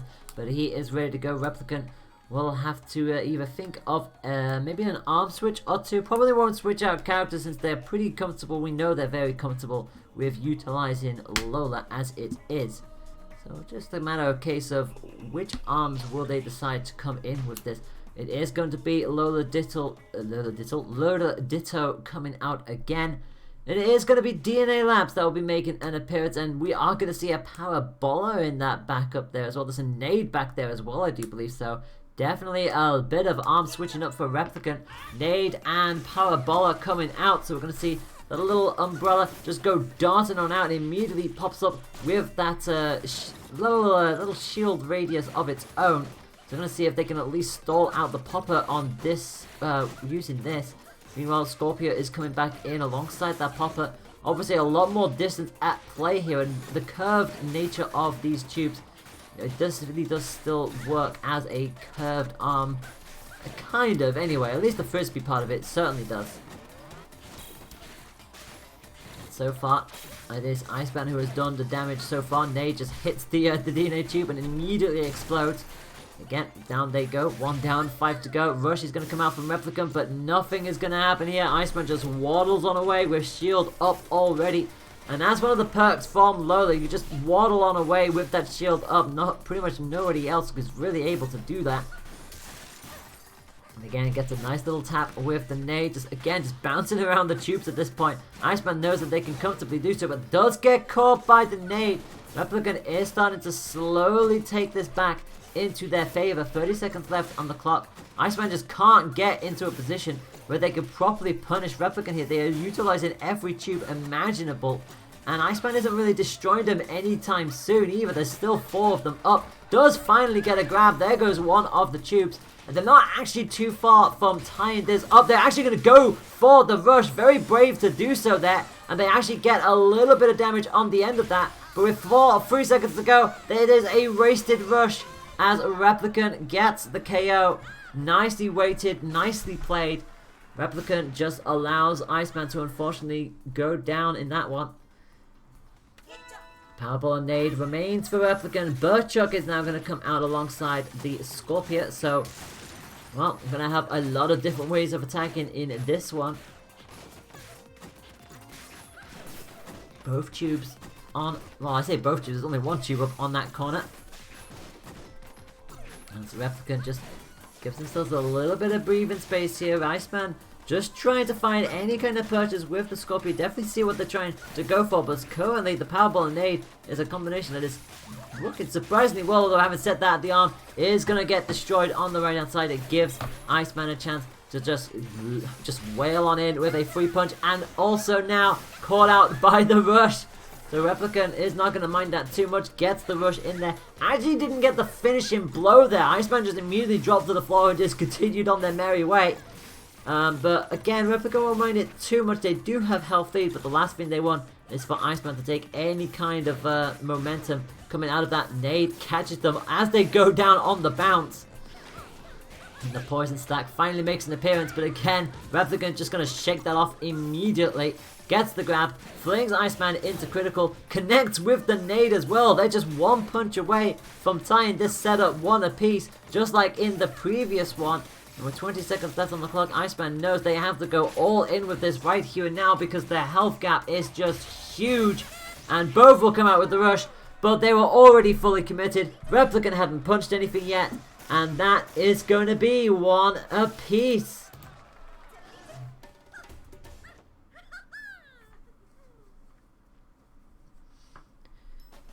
So, once again, the matchup between these two is going to go the distance. We are going to go to match number 3. But will it go the same way as last time? Will Replicant still get the better of Iceman? Or will Iceman continue to make their appearance into the top 3? We will find out very, very shortly as Replicant bans the next 2 stages.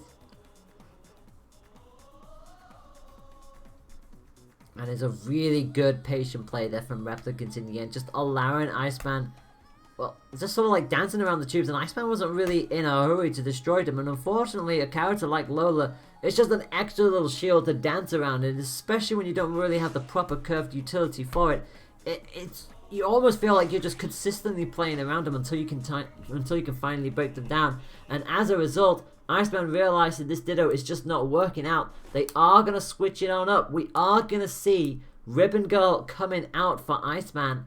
And what is going to be the play? It's going to be Nade and Tri-Blast. So all of the explosions all of the time. Hydra and Parabola is going to be the call for Replicant. As the two start their dance on the Mausoleum. Parabola almost catching Rip and Go, but again, it's a very different character to fight against here now. As you can see, all of the double jumps, there's going to be a lot of that in this matchup. Rip and Go is going to hopefully try and utilize that Tri-Blast to try and catch Lola out a little bit more here as well, especially with that added agility. But so far, it's the Hydra that's continuing to be the thorn in Iceman's side as it catches Ribbon out over and over and over again. Rush is going to come out, initially clips Iceman, who immediately comes in with a rush of their own. Shield up, chip damage and nothing more. Both arms weak, but they are going to fade away, and Replicant is going to walk away the better of that exchange.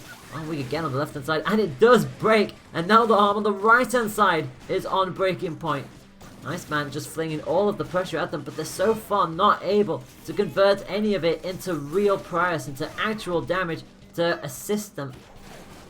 And already on the cusp of critical, make that into critical itself. Only a couple of punches away for Replicant to seal this up and take Iceman out. That is set point now for Replicant. Iceman is a point away from going down as the hottest of slaps are going to come out now, and immediately gets caught by the rush. 360 damage, well juggled from Replicant. Brave to go from that at the start, but it caught Iceman completely by surprise, who has got it all to do now as the slap finally finds a way through, and the rush is going to come out as well. It's going to be chip damage and nothing more than that, although both arms are now weak. So Iceman just going to play off the pressure game, but the arms have already faded away, so that's all for naught. And if anything, it's just helped Replicant charge their rush up that little bit more. The slaps are working though. They are starting to finally peg Replicant, but it's these Hydra blows that are really being the thorn in Iceman's side. I know I said it earlier, but it really is the case. But Ribbon gonna get the better of that rush exchange. Actually darts all the way around. Not gonna let Replicant get any kind of motion in here and sends them into critical. Finally, the Hydra pokes Iceman down. And again, this time with passion. And make that 3 Hydra hits in a row. And Replicant cannot afford to let Iceman get back into this contest. The nade bounces off the shield, but the rush is going to come out, but they're going to hop on over to the side. Nothing is going to be done from that chip damage and nothing more. 20 seconds left on the clock. Replicant has a rush. They could very well go in for the KO and take Iceman out of the equation. 10 seconds left on the clock. Another slap just catches Lola by surprise. Who's going to get the KO? That's another self-destruct on the nade. Are we going to see a rush? We're not going to see a rush, and we're not going to see Iceman into top 3. Iceman, the number 2 seed, is still going to be kept waiting. Replicant is going to knock them out. It's 2-1. Iceman does not make it into top 3. And Replicant proves that it was not just a one-time wonder, knocking Iceman first out in the above bracket and then knocking them out in underground semi-final. And with that, it means that we are gonna go to the underground final, and it will be Replicant who will be staying with us to go up against Grimwood. So this is essentially the rematch of the well, this is basically the rematch of the first part of this tournament, isn't it? Replicant was able to best Iceman by 2 points to 1. Grimwood and Replicant will now do battle to see if it will be Replicant going up against Riffa, or if Grimwood can once again book their ticket into the grand final to go toe to toe with Riffa. We're going to find out as best of 5 approaches.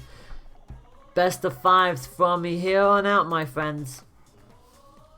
I hope you are sitting comfortably. This should be a lot of fun. Riffa awaits.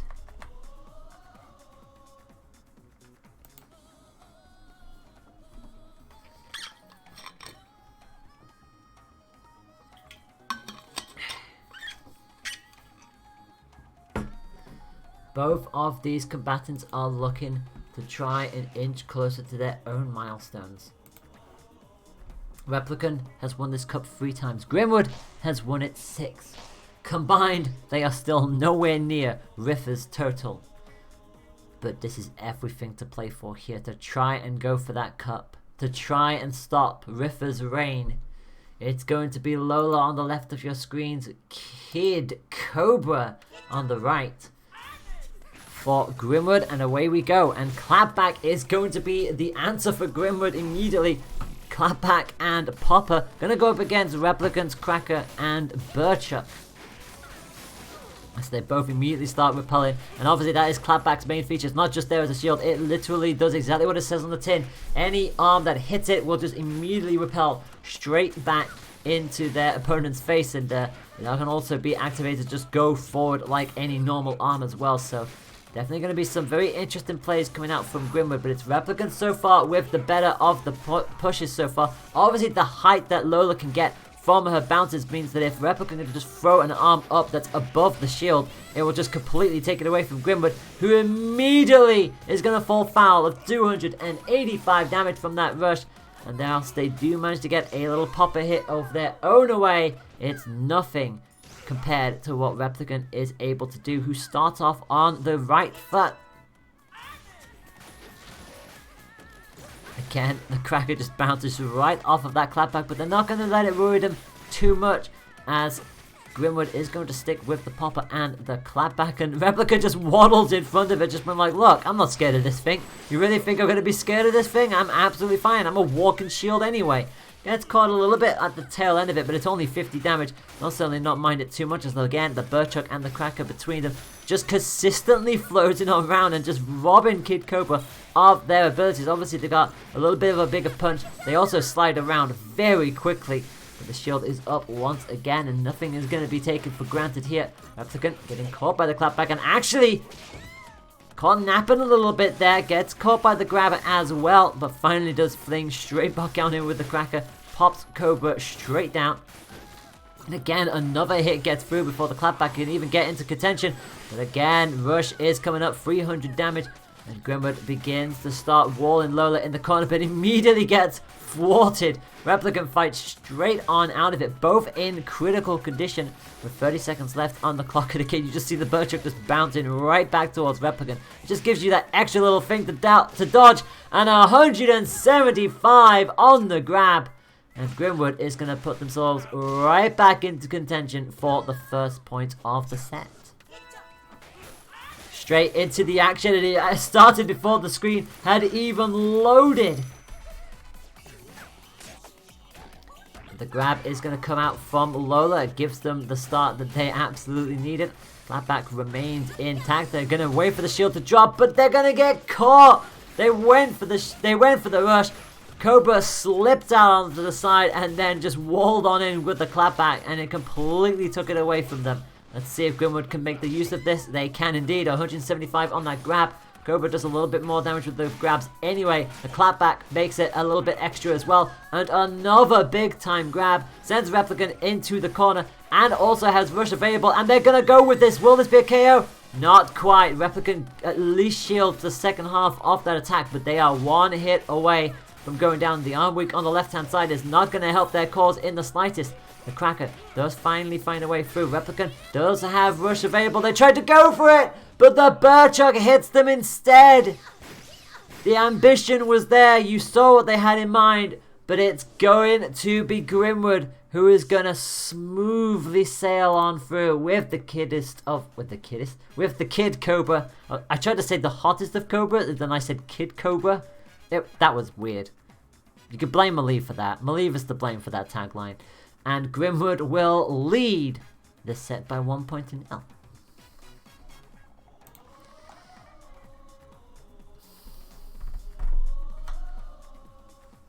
So Grimwood proving why they are able to do what they do, and they could do it with other characters, as you can see. Replicant is going to pick Mausoleum for the second point. And do remember that this is a best of 5, and also note that the fact that Cobra does have a whammer on the back there, but they're probably not going to utilize that anytime soon. Clapback and Popper definitely seems to be the call here. And Cracker and Phoenix for Replicant is going to be the call on this occasion. Immediately starts off with a quick little nibble with the Phoenix. And Grimwood says, I don't appreciate that. Thank you very much. That is going to be another 175 grab from yours truly. And again, the Phoenix can get caught by the clapback as well. And again, the second it hits, anything that bounces off it, it doesn't make the clapback retract. So that's why you can see Grimwood every now and then just following on through with the shield anyway. Because hey, if that's going to hit, you may as well hit with the shield as well. Deal that little bit extra damage. And the Popper just juggling so nicely. And a wake-up grab as well. And well, this is Grimwood at his absolute finest. He's just on an absolute tear. 1 HP for Replicant. They know they're in a world of trouble. Just style point at this point. Grimwood is just on absolute fire. And whilst Replicant certainly had a chance in Sparring Ring, it seems like it's all gone away. The second we moved into Mausoleum, it's really not been a great pick for them. And Grimwood is going to get another grab connection. Roaster is coming up, but they're not going to get the chance to utilize it. Even at the peak of their jump with the rush, Grimwood is just suddenly on another level. They want to go to Grand Finals. They want their revenge, but they are going to get caught by the Phoenix in the end. But again, look how many grabs there have been. There have been so many grabs that have been connected. What is this going on? Grimwood is just... Well, there you go.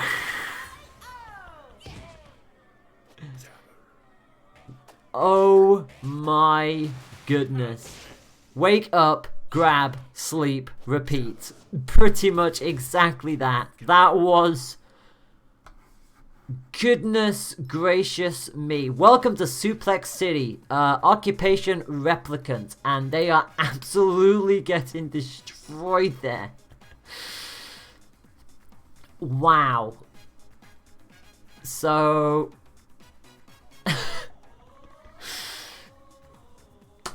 I think Grimwood forgot how to punch. And just... all fun and games until Grabby Grim appears. Yeah, pretty much. Oh my goodness me. That was just... What else do you say to that? There was nothing Replicant was able... Every single time Replicant got up, it was another grab from Grimwood. It was just... Dear me. I don't even know what to even say there. But in either case, we are going to go to match number 3. Grimwood remains with Cobra because, of course, he does. He's not going to open up with a grab. No, he's not going to open up with a grab. He just goes with the clapback for the time being. And Replicant is going to be very susceptible to these grabs. And he's going to be very, very cautious of them. And so far, it is... Well, they're both at least trading punches at this point. But Replicant... still being caught by their own utility here. Every single time you keep seeing a fiery arm come right back at Replicant, it just floors them immediately. You have to be so careful as a result. The Phoenix is able to curve around that clapback, and that's what Replicant wants to try and utilize with this arm. And so far, it is finally starting to work a little bit better now, a little bit more consistent. Replicant, again, just waddling on and up to the clapback. Just to show again, they're not afraid of this, but they definitely have their way around it. And they are going to deflect out with the grab, and that was a bad idea from Grimwood to try and go for that counter rush. It was a risky thing to do. And Replicant gets the better of it, and it means that both fighters will be back down to 0 on their rush charge. So Grimwood going to drop the clapback and come in with the whammer. So we saw the kablammer earlier on in the stream. We're now going to see the whammer make an appearance instead of an explosion. It's a nice little stun as well. And obviously coupled on with the popper, they're going to definitely try and play this one of 2 ways. Try and lead with the hammer and then poke on through with the pop. Or try to bait out with the pop and go in with the whammer on the other side. In either way, Grimwood will have a little play in mind. Does get caught by the Hydra though, so needs to be a little cautious here. And again, more fiery arms on display. And now it's Grimwood's turn. For every single time they commit to a jump, Replicant has an answer for it. If it's not the Phoenix, it most definitely is going to be the Hydra. And so far, it really is the Hydra being MVP on this weaponry today. Or at least in this matchup for the time being. Rush going to be full on deflected. And speaking of rushes, this one certainly wasn't. 345 damage. One more hit from Replicant. That's all they want. Trying to go for a cheeky little grab of their own, but not going to quite hit it on this occasion. Going to get caught by the popper. They cannot allow that momentum to start coming up. And the Phoenix will give them a little bit of a nibble. Cobra has been successfully nibbled by the Phoenix. And Replicant will take a point away. Match number 4 will be on the horizon. And Replicant doing exactly what they needed to do to keep themselves in contention.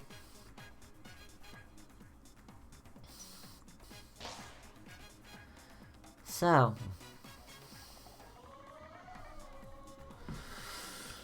uh-oh. We're just going to have a quick little breather. Grimwood just getting a chance to just recollect themselves here.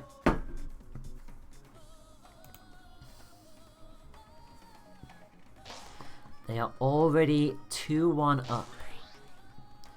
They cannot allow Replicant to do the prospect of a reverse sweep. We have seen them happen before. But Grimwood gonna stick with the Cobra, gonna stick with that Whammer. Nah, gonna drop that Whammer. Clearly not helping them there. The clapback comes out again and again. Replicant just sort of waddles in front of it going, alright then, come on in, retract it, let me hit you. And Grimwood has to play this very cautiously. The fact that they are sticking with the clapback, they do make it work against the Phoenix, but they have to be in a position where the Phoenix isn't able to actually swing around it. So it's why they're relying very heavily on that popper as well to try and at least poke through before anything else could do the damage. And so far, Replicant is being caught out by this. And again, the second you go up close and personal with Grimwood, if the popper doesn't hit you first, the clapback is close enough to just immediately rebound anything you have. And again, Cobra just using that shield, gets them out of harm's way, comes in with the rush of their own, isn't going to hit anything, but actually clips Replicant with the edge of the shield. It does mean the health advantage stays with Grimwood for the time being. And with 40 seconds left on the clock, Replicant's going to start throwing some punches thick and fast here if they want to have that rush back on their side of the things to try and even this up, because so far the Hydra is just not hitting and neither is the Phoenix. And Grimwood really is starting to slow this down to their own kind of liking. Arm weak on the left-hand side. Make that both sides so they do slowly fade away. And with 15 seconds left on the clock, Grimwood very much in the driver's seat here. They pretty much have their health bar completely full. Replicant knows there's no way out of this one. And the point is very much going to go to Grimwood. Does manage to get a little bit of a hit in with the Hydra. They just fling on blindly there. Grimwood knowing already that they had that point in the bag. Set point for Grimwood. Replicant's call is going to be the roaster. So the roaster is going to come out. Hydra is gone. I'm not entirely sure if that's going to work better for them or not. And unfortunately, it's Grimwood who gets the better of the rush exchange. 290 damage. The clapback just immediately just curves its way around from the position it was in and just homes in a Replicant who has no answer for the rush in the slightest. Grab just about missing there this time around. Grimwood is just millimeters away from landing another grab. And Replicant will not like that in the slightest. Finally does get a hit in, takes Grimwood down a little bit more, but it is Replicant who is really fighting off the back foot here.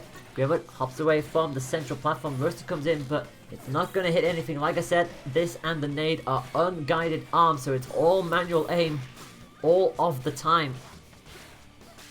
So far, just going to bounce off the clapback for the time being. Both with rush ready to go. Grimwood knows they're just doing like these little hops, and here comes the rush now. Look at the damage just stack on up. 305. They just need one more hit for pretty much anything, and that will give them the match. Or a grab for good measure. And Grimwood is going to take this by 3 points to 1. And Replicant will go no further. Third place for Replicant. That is where they will finish on this occasion. And it means it will indeed be just a straight up copy from the above bracket. It is going to be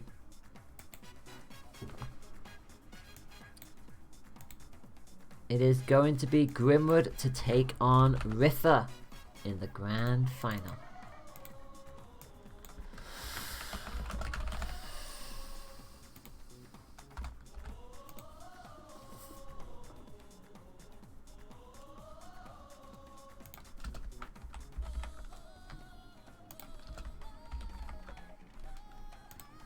so here is how this is going to play out for those of you who are new to this stream and aren't 100% sure on what is about to happen. Essentially what is going to happen is this.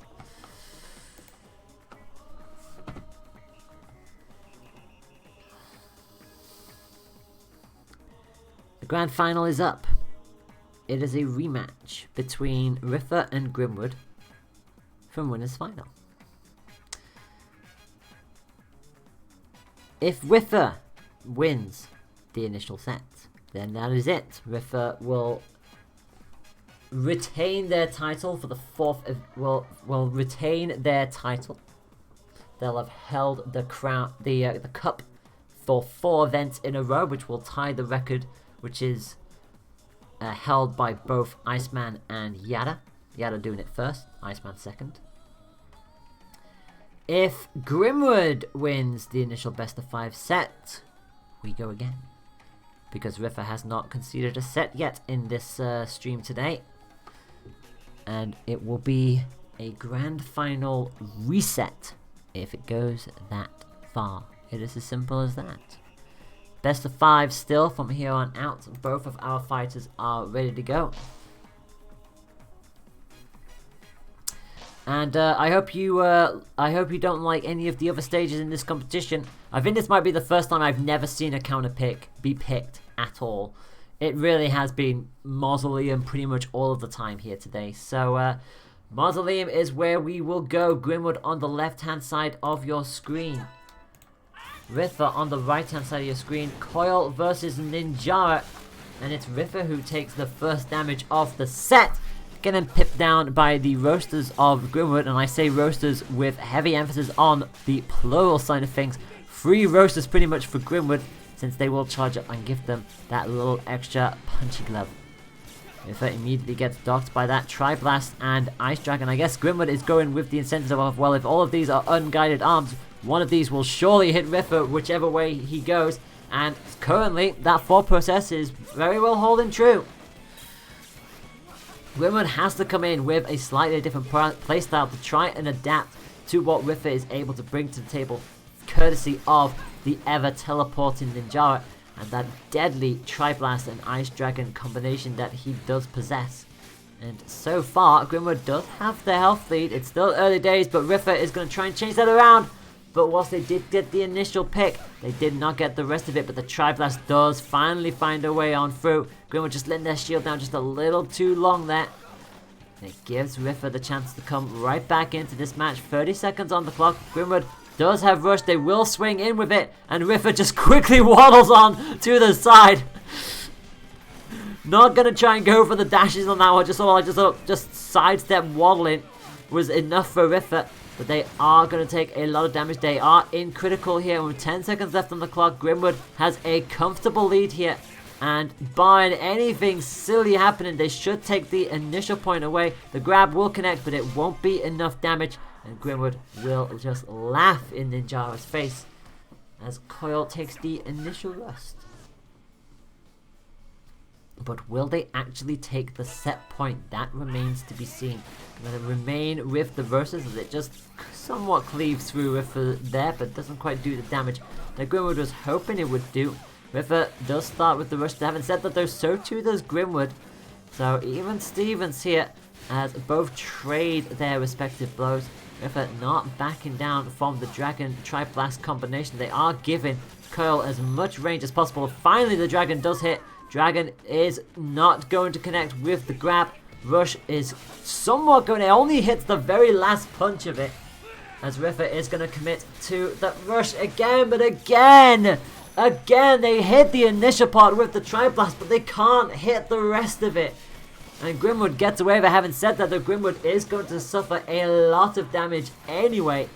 The 1-2 combinations with Riffa starting to finally catch up. And Grimwood's arm weak on the right hand side, and suddenly this match has completely turned into Riffa's favour, and Grimwood doing a little bit of a dance on the in the centre stage. I thought for a second they were giving up that point, but they are absolutely not giving up that point. They're still going here, trying to go for the grab on Riffa, but inadvertently slides into the Dragon Laser. I think it hit before the Triblast got there. In either case, one of those would have definitely hit. It is one apiece in this matchup. Grimwood gonna bring in the Ram now to go alongside a Tribolt. And immediately commits to the action and does catch Riffa by surprise. 270 damage. It's a good combination to go with here, and obviously because the Ram is a fire element, if it does hit, it will just take Riffa out of the zone immediately. And also it does help to try and alleviate all of the teleportation that Riffa does possess with Ninjara, and whilst it was working initially, it's now being worked back into Riffa's favor. Again, just rolling out with the explosions and the laser, and a juggle attempt. Not gonna happen. Riffa so far not hitting anything with that. Broke the shield, but couldn't do anything more than that. Broke the other side of the arm as well. So 2 arm breaks in a space of 3 seconds. But it is Grimwood who comes back with a vengeance. Flinging on in with the rush, brings Riffa on the cusp of critical and hits with the Ram as well. And suddenly health advantage very much theirs. They are walling Riffa in, but now they've given Riffa a little bit too much space here. You feel like if they kept up those close quarter combat, they might have yoinked this away from Riffa. Ram just about missing, both very much in the deep end here, and it's Grimwood who finally does take the point away. Very close matchup there. Seriously could have gone either way there, but Grimwood does manage to get the initial point. And the first match up of the grand final is going to go Grimwood's way. 1 down, a few more matches to go. Remember, they have to go the long way around with this. They have to beat Riffa in not just 1 set, but 2. Grimwood not going to switch up anything at this point. We've been seeing them use Coil more and more and more over the past few tournaments. Grimwood were the last person to hold this cup, and they won it for the 55th and 56th cup. Ever since then, it's been all Riffa, so it does give you an indication that if anybody can do it, it is going to be Grimwood. But can they find a way through? That is going to be the question. Coming back in with the Ram, and obviously worked out, and so too with the Triblast. Riffa going to remain with the Ice Dragon and the Triblast, clearly happy with how they were utilizing it. It just got a little bit drowned towards the end by the combination that Grimwood has, but now again the second Riffa has the range to be able to just do as they please. It almost feels like the second one doesn't hit, the next batch is going to make contact. And again it does so. The Ice Dragon gets the lick of paint, and the Triblast follows on in straight away. And just like that, Riffa already has Grimwood into critical, has Rush ready to go as well. They're probably just going to probably hold on to that Rush at this point. And again, another quick little 1-2. The laser just hops on onto Coil before they even have a chance to realize what hit them. And down they go. And again, the second you get a point away from Riffa, it almost feels like it just doesn't matter, because Riffa just comes full circle and just wipes you clean off the face of the earth. Grimwood reverts back to the triple roaster strats, and obviously with that, Riffa now has to double on back and remember how this playstyle went. But they're not going to have too much time to think about it, because 250 from that rush immediately halves Riffa's health. They're going to have to play it from the back foot here, as Grimwood is doing everything in their power to try and upset the balance and bring Riffa to justice. So far the roasters not find, well, they find the mark very much, but Riffa just struggling to really hit these rushes, unfortunately. Like, most of the rushes they've fired off so far have been a miss. An exchange between the two of them. Grimwood remained up because it was just a chill that hit them. Meanwhile, Riffa got hit with all of those roasters, so they were always going to go down.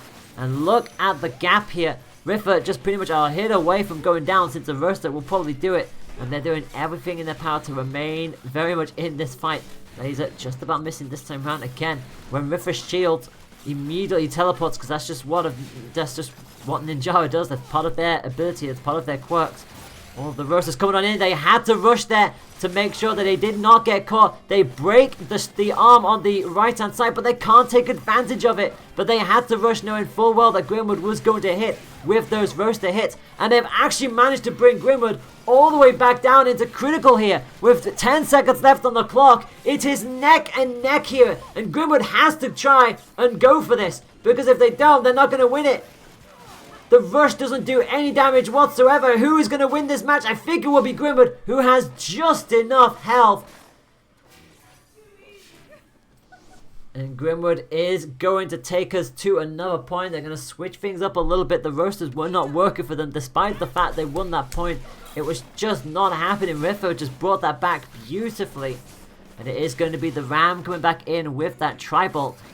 And Riffa just sticks with what has been working so far. Again, rushes through the Ram, gets an initial hit, but can't do any more damage than that.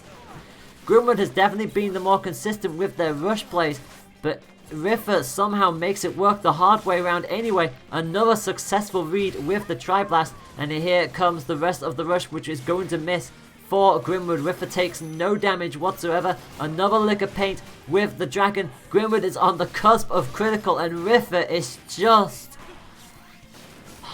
relentless here. Another rush comes out. This one will be successful, and of course the successful rushes come when your opponent is in critical. A KO on Riffa's side means that it is one apiece. Also, that was a perfect. Riffa scoring a perfect. That is the third perfect on stream we've seen Riffa do today. I doubt any of us are surprised by that as we move into match number 3 of Coil versus Ninjara at Mausoleum.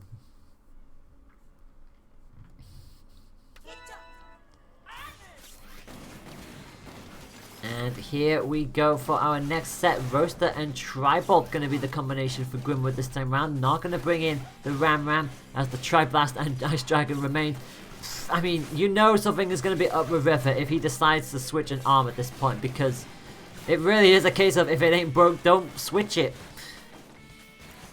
Grimwood trying to remain in that central area, but Riffa again is absolutely fine just fighting from where the walls are and actually catches up to Coil in the end. The laser just about getting involved in the action, and the Tri-Blast does find a way through. 360 damage, pops Grimwood into critical. Riffa has all of the health in the world here to try and play around with. Grimwood does have rush, and they are going to activate it immediately. They do find a way through. 285, it does half Riffa's health, but again, Riffa's just looking for just one more punch, if that. And there it is. The laser just pings on up, and the Tri-Blast follows on in for the KO.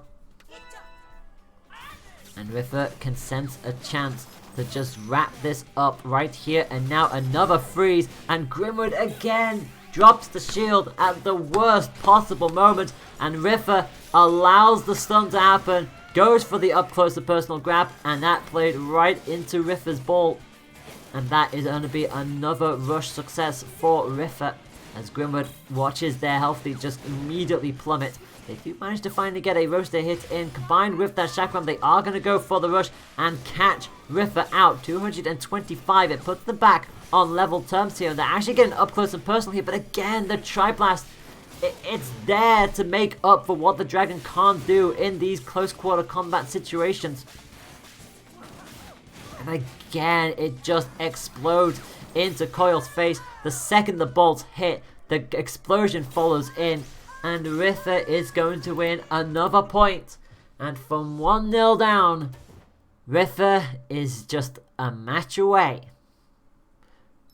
from wrapping up yet another Challenge Cup in their favor. It's probably going to be the same band. It's probably going to be the same stage. I doubt any of us would be surprised if we didn't see Mausoleum, because let's face it, it's going to be Mausoleum.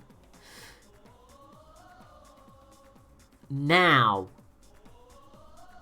interesting. Riffa has switched, and so has Grimwood. Grimwood switches from Coil to Max Brass. Misango switches from Ninjara to Misango. Double roasters for Grimwood, Cracker and Coolerang for Riffa. As we go into match number 4 on Mausoleum, and immediately the roasters finding their mark on Misango obviously doing the juggling with the mask. Meanwhile, Brass is just coming in with all of the big bulky goodness, and 170 grabs are going to cause a lot of pain. But River says anything you could do, I could do as well. 160, dons the red mask initially, but quickly drops it in favor of going for something else. But Grimwood already has Rush ready to go. River already down by a lot of health, but again, as long as those crackers can find a way through, they'll take it. But they are going to get suffered by the Rush. 310, and a big hug for the finish. And Grimwood going to put themselves right back into contention here. Long range grab, Misango could do nothing about it. And he immediately hits the deck. Cracker and Megawatt, and Grimwood just dashes straight on in to the side of that Cracker. So fast-paced arm with slow-moving Watt, but again tried to go for the juggle. Not going to happen this time round. Grimwood has to shield out the rest of that attack. Both arms weak there. Finally gets a hit in with the Roaster. And so far it's River being a little bit choked down here. Goes for the rush, but the Cracker gets the punish this time around. And Grimwood trying to fight back out from this, knowing full well that the Roasters do indeed do the damage, and River hasn't really been charging up Rush that well here. And actually on the cusp of critical, Grimwood definitely has the advantage here. And whilst the Watt is big and will just continue moving on through if the Roasters do hit them, so far Grimwood has an answer for this. Another big ol' hug sends River with 1 HP away. Make that no HP away. It's 2-2 in Grand Finals. Misango, not the right call in the slightest. And Grimwood is going to make sure we go to match number 5.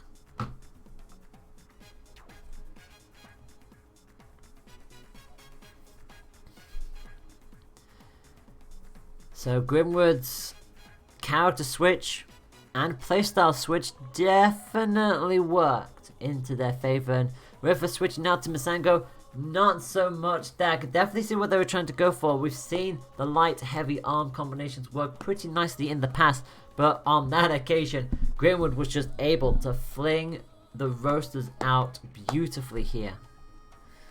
We are going to see DNA and Temple banned from Grimwood.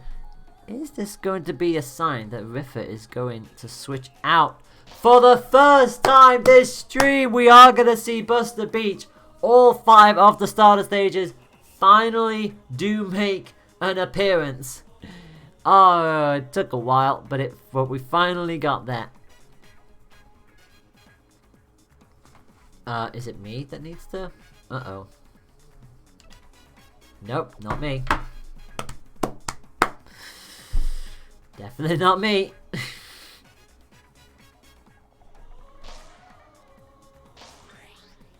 And we are ready to go. So, Brass versus Misango once again, but this time it will be in Buster Beach. Grimwood has to win this to keep the tournament alive. River just needs to win the match, and that will be that.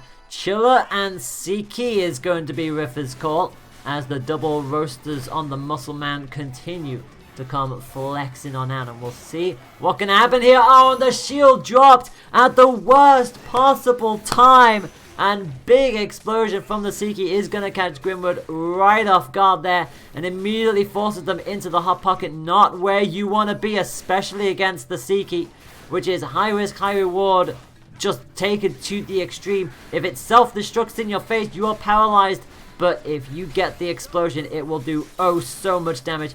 Having to block the rest of that Grimwood then, knowing full well that explosion could have absolutely destroyed them. But again, Chilled just robs them of their abilities, that wonderful bulk up power that Brass does possess. And they are being completely pegged away, but now here comes the intimidation factor as the rush comes blinding on through. Grimwood in that perma buff state that Brass does possess in critical condition. Gets hit by the Siki, but again, they're just relentlessly flinging out the Roasters there, and the grab is gonna KO. Max Brass is always at his scariest the second he bulks up like that, and Misango is gonna drop straight down. And this is reset point here for Grimwood. If they can utilize this and keep Misango in that pocket, this match is theirs for the taking, and the rush comes out as well. Halves Riffer's advantage, and this is looking dire for them. Finally gets a little bit of a missile through, and the roaster coming in as well, but this is going to be massive damage coming up. 390 pegs Brass all the way back into the corner, and that is how quickly it can change with that Seiki if it finds a way through, especially during the rush. It is absolute devastation. Roaster just about missing this time on the side, and the blue mask does mean that Misango is going to be that little bit quicker here. Grab attempt comes out, but it's Grimwood who hops into critical here. But that is where they are at their most scariest here, because Grimwood knows full well that this will be theirs for the taking if they land this, and they do land this. 310 damage, both in critical, and Riffer is in the hardest of pockets. It's not where you want to be as Brass comes in, barreling on in. A roaster is going to land. And my friends,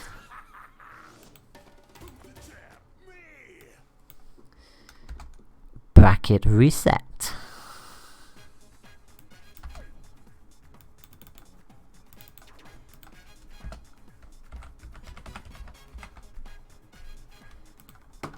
So then, Grimwood determined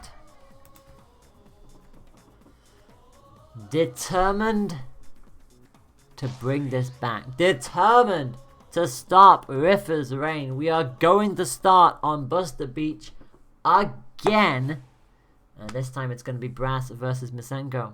Once again, Seiki, it looks like, has been dropped from Riffer's arsenal. What is going to be the call? It is going to be the Cracker and the Megawatt. Grimwood not gonna switch from double roasters. Why in the world wouldn't he? Scores with the charged up hit and immediately dashes in with the grab as well. And Riffer is going to immediately be halved here, straight down and back into the hot pocket area. Not where they want to be. They finally do land a blow on Grimwood, but Grimwood is now operating on a completely different field here. They are not wanting to give Riffer any kind of purchase and just going in for the close range combat. But they've backed it twice now into Cracker hits. That's brought Riffer back into contention, and the rush is going to come out. Shield from Grimwood, not going to allow them to do any further damage there. Arm weak on both sides, definitely more on the left than the right, but they do fade away, and again the roaster gonna catch Riffer, and so does the wake up grab. And the roaster catches them in mid-air as well, and Grimwood is now starting to close that gap. Riffer with the Cracker and the Coolerang, seeing that he can find a way around these roasters, but so far the answer is very much no. Coolerang finally does find a way through though, right when it needed to the most, denies Grimwood the rush, but so far all of the damage has been done outside of the rushes, and another wake up grab from Grimwood, who has just decided, you know what, no more of this, no more of the Riffer revolution. They are completely destroying Riffer. This has suddenly turned into a completely different match. Suddenly, we've gone from Riffer being in control for most of the time to Grimwood now just going, okay, I will punch you and you will go down. End of story. This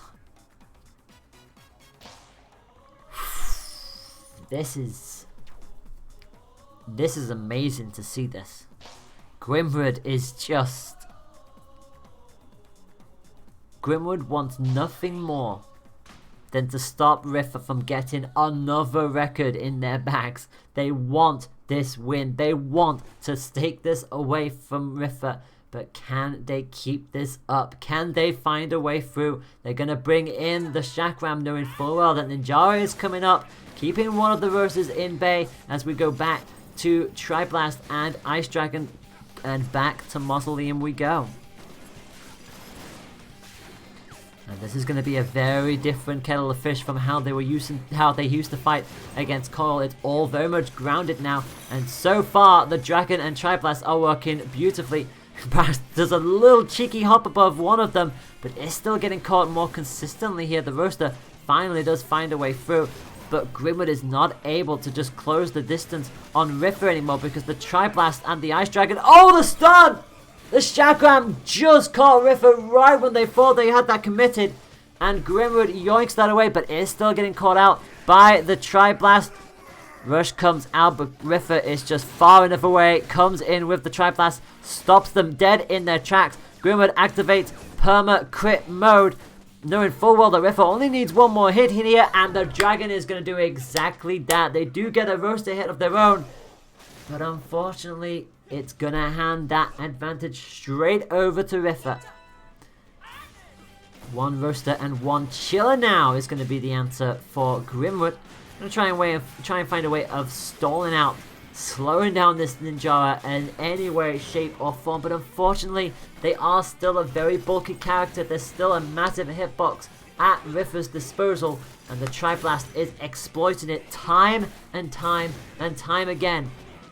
The self-destruct on Riffer's side finally does give Grimwood a little bit of an in, and closes that in beautifully. Riffer tried to go for the rush and somehow manages to cancel Grimwood's as well. So neither participant gets any purchase with their rush, both cancelling each other out.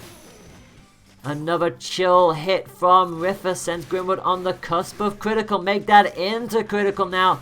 Here comes the perma buff state, and Riffer knows this is where it gets a little bit more intense. The chills and the roasters are going to come firing on out, and Grimwood just not flinching through any of this. And Riffer! Oh, Riffer tried to wait out an attempt, and it's gone ahead and backfired on him. What a play by Grimwood. Riffer rushed, waited for Grimwood to make a move, but Grimwood went for a grab and completely swung that away. How smooth do you want to be there? Thankfully, the windiest of slaps is there for Riffer this time around, as the Tri-Blast stops Grimwood in their tracks for the time being. A different approach here. It does mean that Riffer really is relying on getting around both of these boxing gloves of Grimwood, and so far it's working beautifully. Already pegged Grimwood down to the halfway mark on the cusp of critical. It could probably try and go for a KO before Grimwood even gets to activate perma buff. Unfortunately, there is the perma, and there is the rush, and that is the KO, and Riffer will tie this set up one apiece.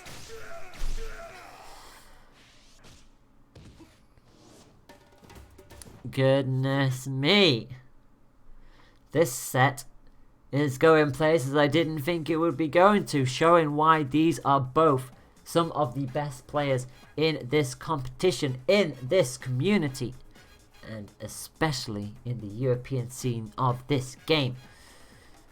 Match number 3 will be coming up. Technically, it will be match number 8. We've had 5 matches in the initial grand final. We are at match 3 in this one. And Riffer just again proving why he is one of the best Ninjara players out there. Just never afraid to try different things, to try and do these little baits. Grimwood calling them out on a good number of those, and we are going to see a character change that I did not think I was going to see today. Grimwood coming in with my personal favourite character and my main Mechanica, coming in with the Chakram and the Popper to go up against, you guessed it, Riffer's Ninjara that consists of Tri-Blast and Ice Dragon, and immediately does get a good hit with the Popper initially, but again, that big hitbox means that there is going to be more of Riffer to be able to hit with that Ice Dragon, and obviously Grimwood's Mechanica, we don't see that much of it. We do see it from time to time. There's a good chance to see it. Have to see what they can do, especially on this kind of stage. But unfortunately, they're going to drop right down into a rush. 390 damage from the Dragon and Blast combination. And whilst they do have the Chakram to curve around these tubes, not only are these tubes not really going down, Grimwood does not have the advantage here. Trying to close on in, but again, the Dragon and the Blast are just proving too much here. Finally gets a decent grab. Sends Riffer into the corner as it bounces off the tube. One of the tubes finally go down, and Rush will corner them here. 310 damage. Couldn't quite get the finishing blow with that popper. But Riffa still in contention here. Gets another lick of pain. Just one more hit is all that they are looking for. Another hit from the chakram though. And Grimwood could still yet yoink this point away from Riffa, which would be absolutely amazing if they were able to do this. The tubes just about helping them with that little mini shield. Riffa has rush available. It brings Grimwood all the way down onto 1 HP. And finally, they go down. They were so close to taking that, but the dragon gets them in the end. Gonna stick with that, and Riffa actually gonna drop the dragon and come in with the windiest of slams, and actually does get an initial pick straight away. Part of Mechanica's wonderful little quirks is that you could just charge up and maintain that charge whilst she's gliding around with the mech. And unfortunately, just about catches up with the rush. Actually, I thought that she initially missed it there, but 280 does come out for our Mechanica friend and keeps Riffa in that corner for the time being. And another successful popper hit again, just walls out Riffa. Turns out switching out that dragon might have actually cost them a little bit here. The windiest of slams are not helping them in the slightest. Riffa does have rush. There's still a minute on the clock, but so far Grimwood has control here. But a grab finally slows this down into Riffa's favor, and they immediately close up the gap. But they're immediately gonna get caught by Grimwood's rush, who is not going to allow them to take any more momentum than that. Riffa, however, will start this matchup with rush ready to go as we see another little exchange. The popper, oh wow, that was an odd explosion there, and Riffa couldn't quite get the juggle. Was just a little too far to the left hand side. Riffa could not get the juggle into that rush, and it gives Grimwood a chance to come right back into this match. Hits him with the chakram, and again, because the popper is so quick, they're guaranteed to get another follow on through hit. And so far, that's exactly what they're able to do, although Riffa is starting to bring this back. But again, another successful hit. Riffa will at least dodge the second half of the attack, but it does put them down to the halfway mark, and it does mean that our reigning champ is going to have to really fight on here. Triblast does explode, does a decent amount of damage onto Grimwood, but again, Mechanica is a heavyweight character, just not flinching through any of that. Again, more explosions, just this extra little chip damage, and Riffa commit to the rush. 375 damage. Pretty much one more hit of anything will guarantee it for Riffa, and they know that full well. Grimwood not too far away from the rush, but unfortunately in their commitment they are going to get caught, and Riffa makes it to 2-1 again. Match number 9 is coming on up as Riffa takes a 2-1 lead yet again. Goodness me, it is all just building and building and building into a crescendo, yet you just don't know which way it's gonna swing. And we're gonna go straight back. We're gonna go into Mausoleum. Mechanica remains for Grimwood, so they're committed to this push. But can they make this work against Ninja, especially on a stage like Mausoleum? We're going to find out. Chiller and Popper, Triblast Ice Dragon, match number 9 in this grand final. And immediately an exchange between the two. Grimwood having to just wait for the chill to just shake off and for Riffa to get back on their feet.